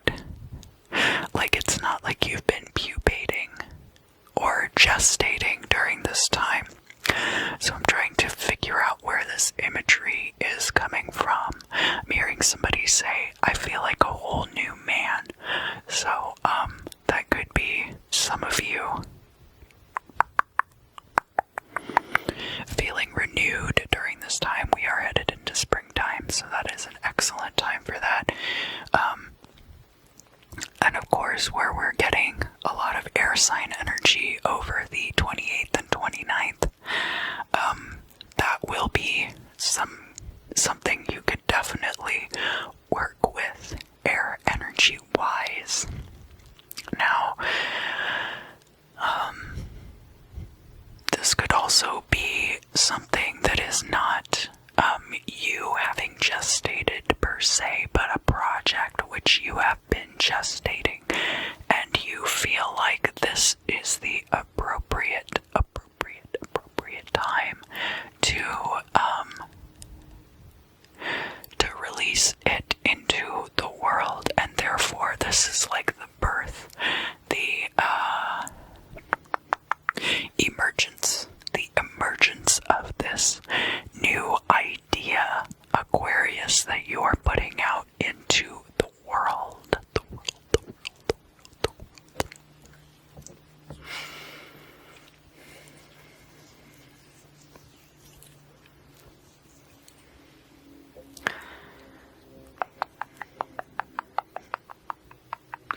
What else do I need to tell Aquarius, Sun, Moon, and Rising about the week ahead? Yeah, I'm just really strongly getting the imagery of like that barren landscape like Dali paints, and then in the foreground that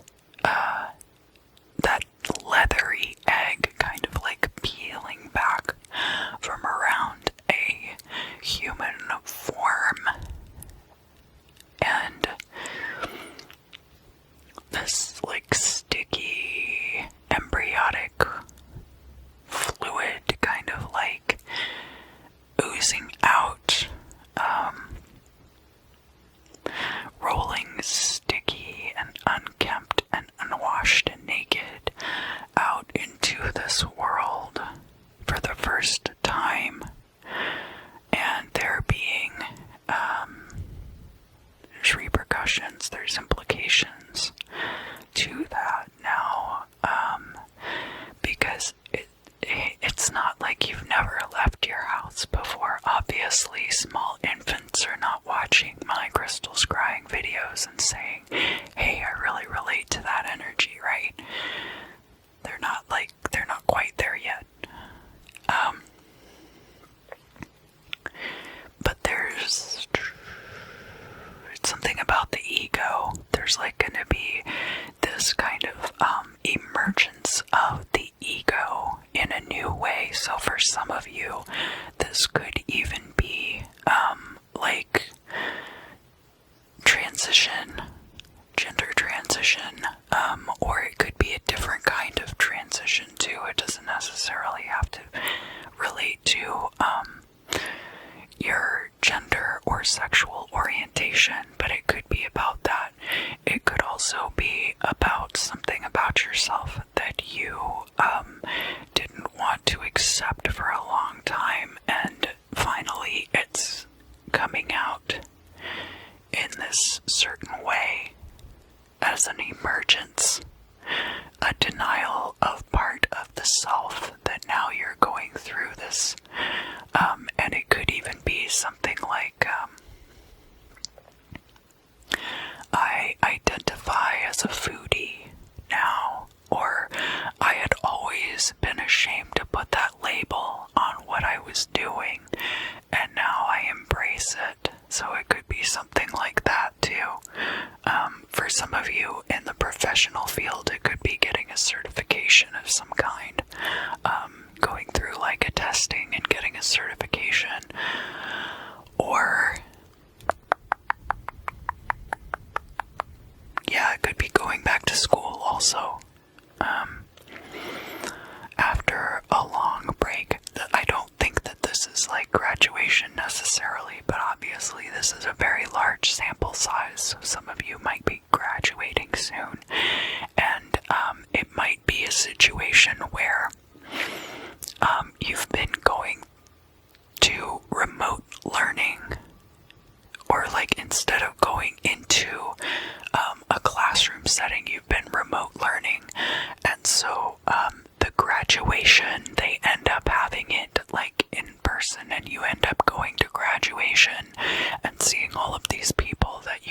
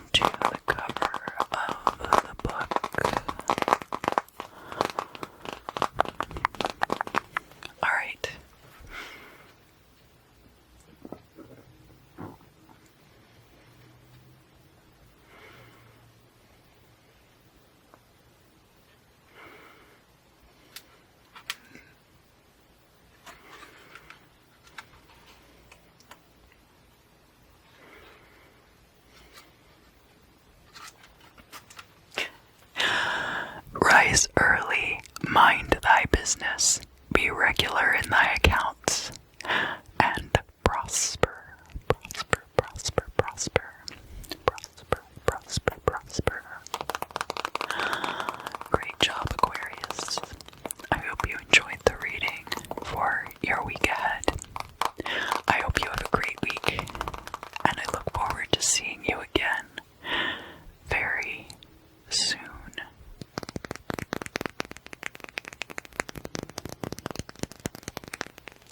Hello, Pisces.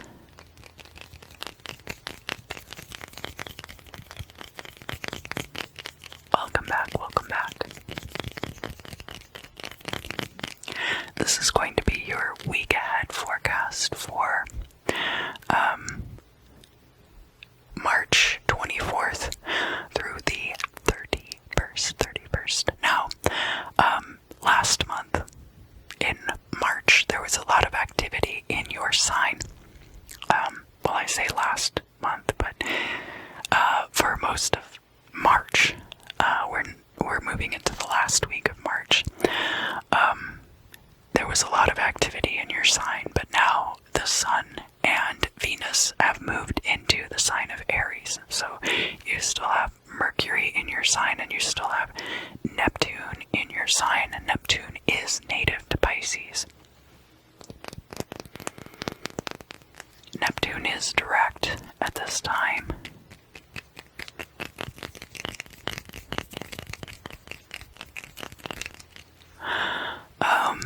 But I'm seeing everything around you kind of shrouded in this dream-like quality. I mean, to me, it reminds me a lot of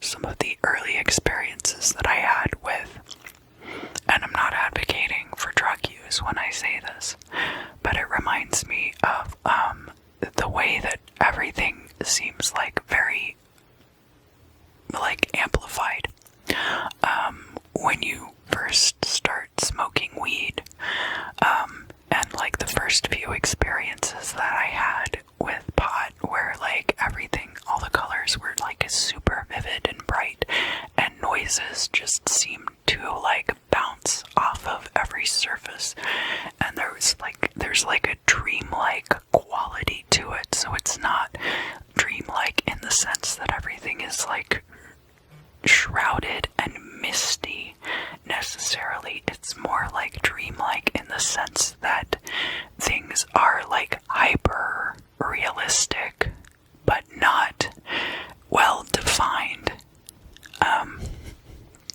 And so I feel like there's a lot of that going on for you this week, Pisces, and we are headed into spring now in the northern hemisphere and fall in the southern hemisphere.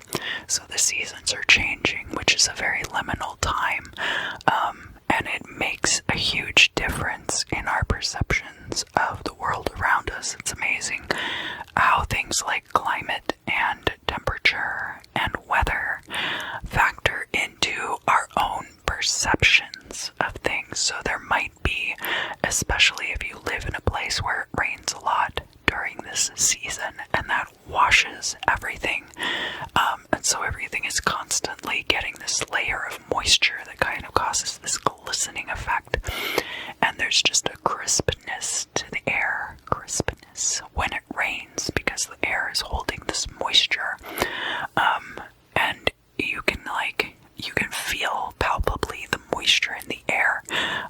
That's not very common here in Los Angeles.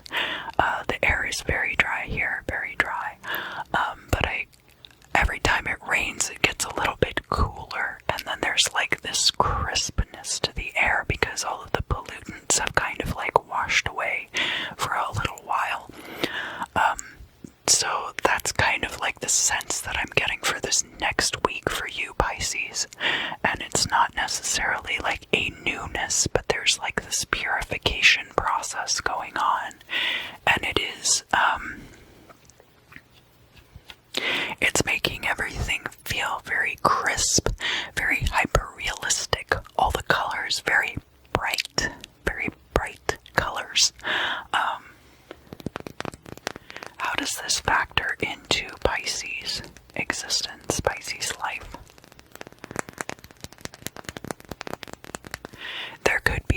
renewed sense of wonder and excitement that's attached to this. That's usually how I respond to these type of situations.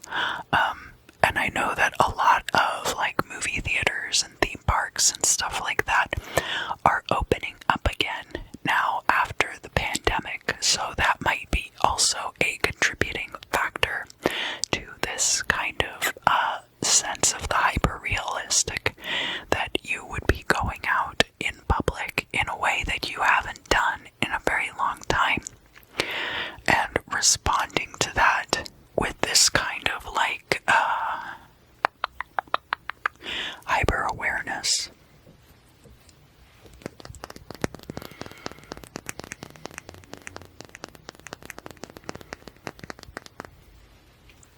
You will be urged to put things back.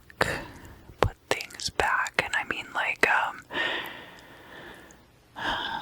when you are out, if you see garbage on the sidewalk, you're gonna feel like putting it in a garbage can or a receptacle. When you are, like, even if you're walking in a park and you see like dead leaves or something on the ground, you're gonna be feeling an urge to rake them into a pile or something, like to command order over your surroundings, in a way that you haven't felt up until this point. And there's a reason for this, and the reason for this is that you are kind of going through a reevaluating process with your own life right now, and your priorities. And I mean, I think a lot of people are going through this, but specifically I'm talking about Pisces, and that's going to be one of the effects of having Mercury in your sign, is what I'm understanding also. So you can look back at the ephemera at the beginning of the video if you'd like more details about that.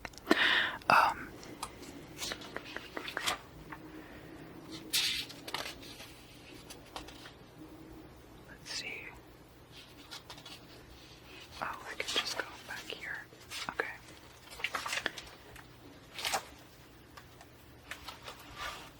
So Mercury is going to be in your sign until about April 5th. And April 5th is when Mercury is going to be moving into the sign of Aries. Now, there aren't any retrogrades coming up for Mercury. The next Mercury retrograde is going to be in May, at the end of May and into June.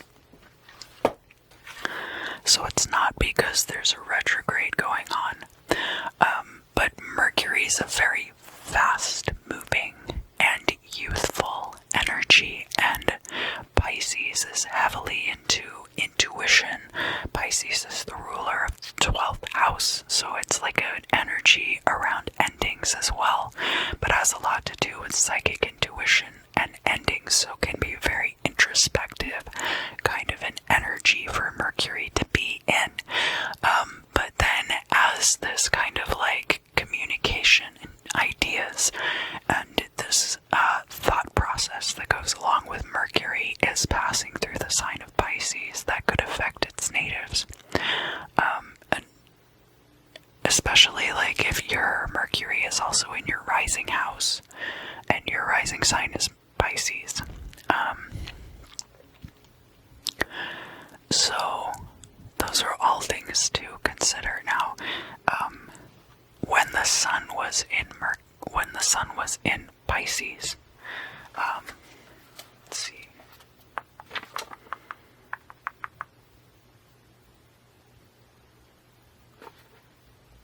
Where do we get that? I'm looking for when the sun would have been conjunct Mercury. Hold on. Venus conjunct Neptune. Sun conjunct Neptune.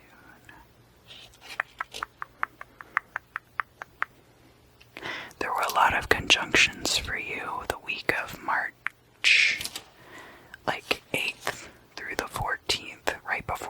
daylight saving time.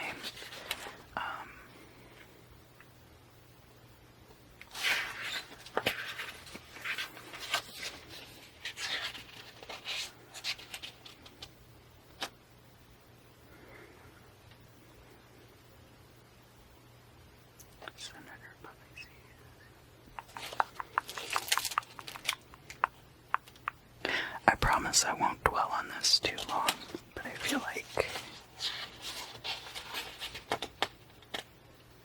Okay.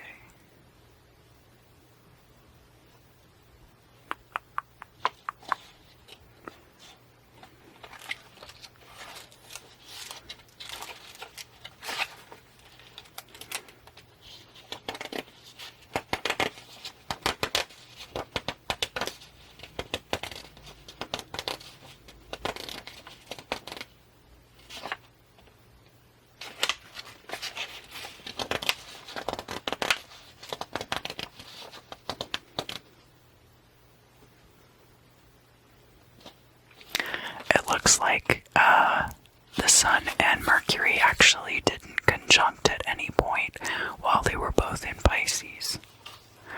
Oh wow. Okay, so that's very interesting, because there was only like a week or so period of overlap when the Sun was in Pisces and Mercury was also in Pisces before it moved into Aries. If you know of the conjunction, please let me know in the comments.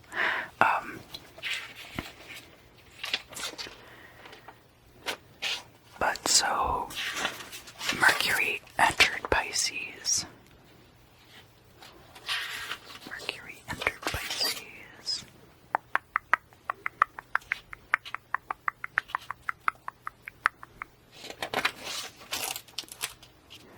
On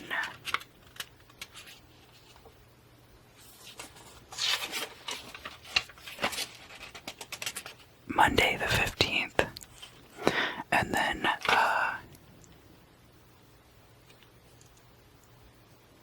right, so Monday the 15th Mercury entered Pisces, and then Saturday the 20th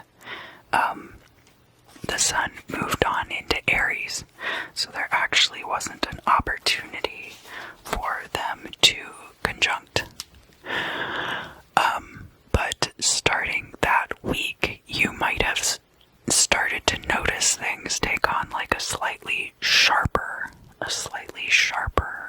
focus, and the contrast be turned up just a little bit. And so now you're really kind of like, now that the Sun has moved out of your sign and is now in Aries, which is about beginnings and about the self, you might be also hyper self-aware. And depending on the other placements in your chart, look at what else is going on.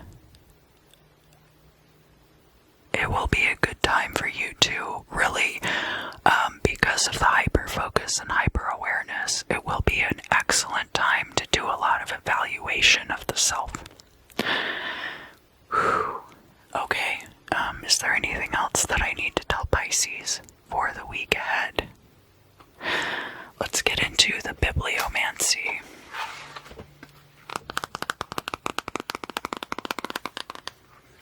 So if you would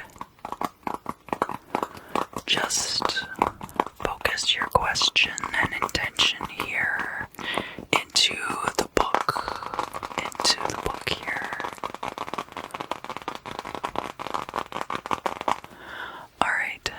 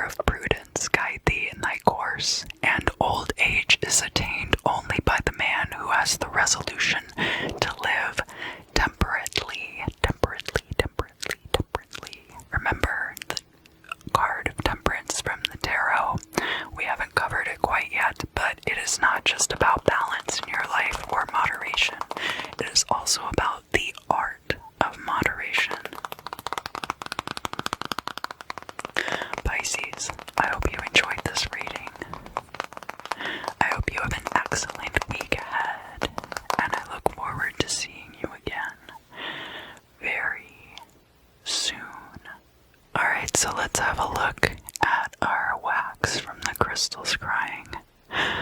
We have an embryo right here. Embryo. So that's going to be, for somebody, the nascence of a new project, or somebody could be becoming pregnant. But all embryos look alike until they are differentiated into species. We're all basically the same until we start growing appendages. There's two pieces that are attached by a very thin bridge here. So there could be coming together two people for new ideas, a new business contract, or it could be a new relationship. We have another larva over here. There's a lot of like larval looking pieces. This one is kind of like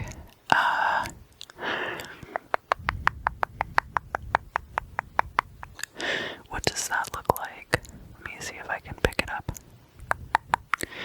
This one right here, it's kind of like a snake or a worm. Yeah, we can see it there. So be careful of treachery. I don't see an overabundance of treachery, but there might be some instances where people are trying to get over on each other. I see a thunderbird or a pterodactyl here, some kind of mythically large type of creature that is airborne.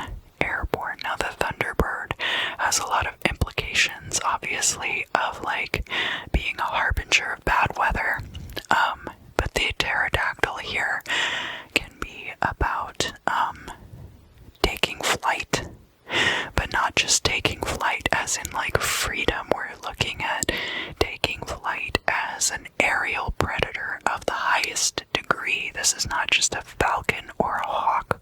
It does have the crest on its head, and you can see that its wings are kind of spread out differently than how they would be on a bird. I have a heart here, so definitely some good relationship energy. A bottle. Stay hydrated. I do see a few bottles here. Make sure that you're staying well hydrated. Is there anything else?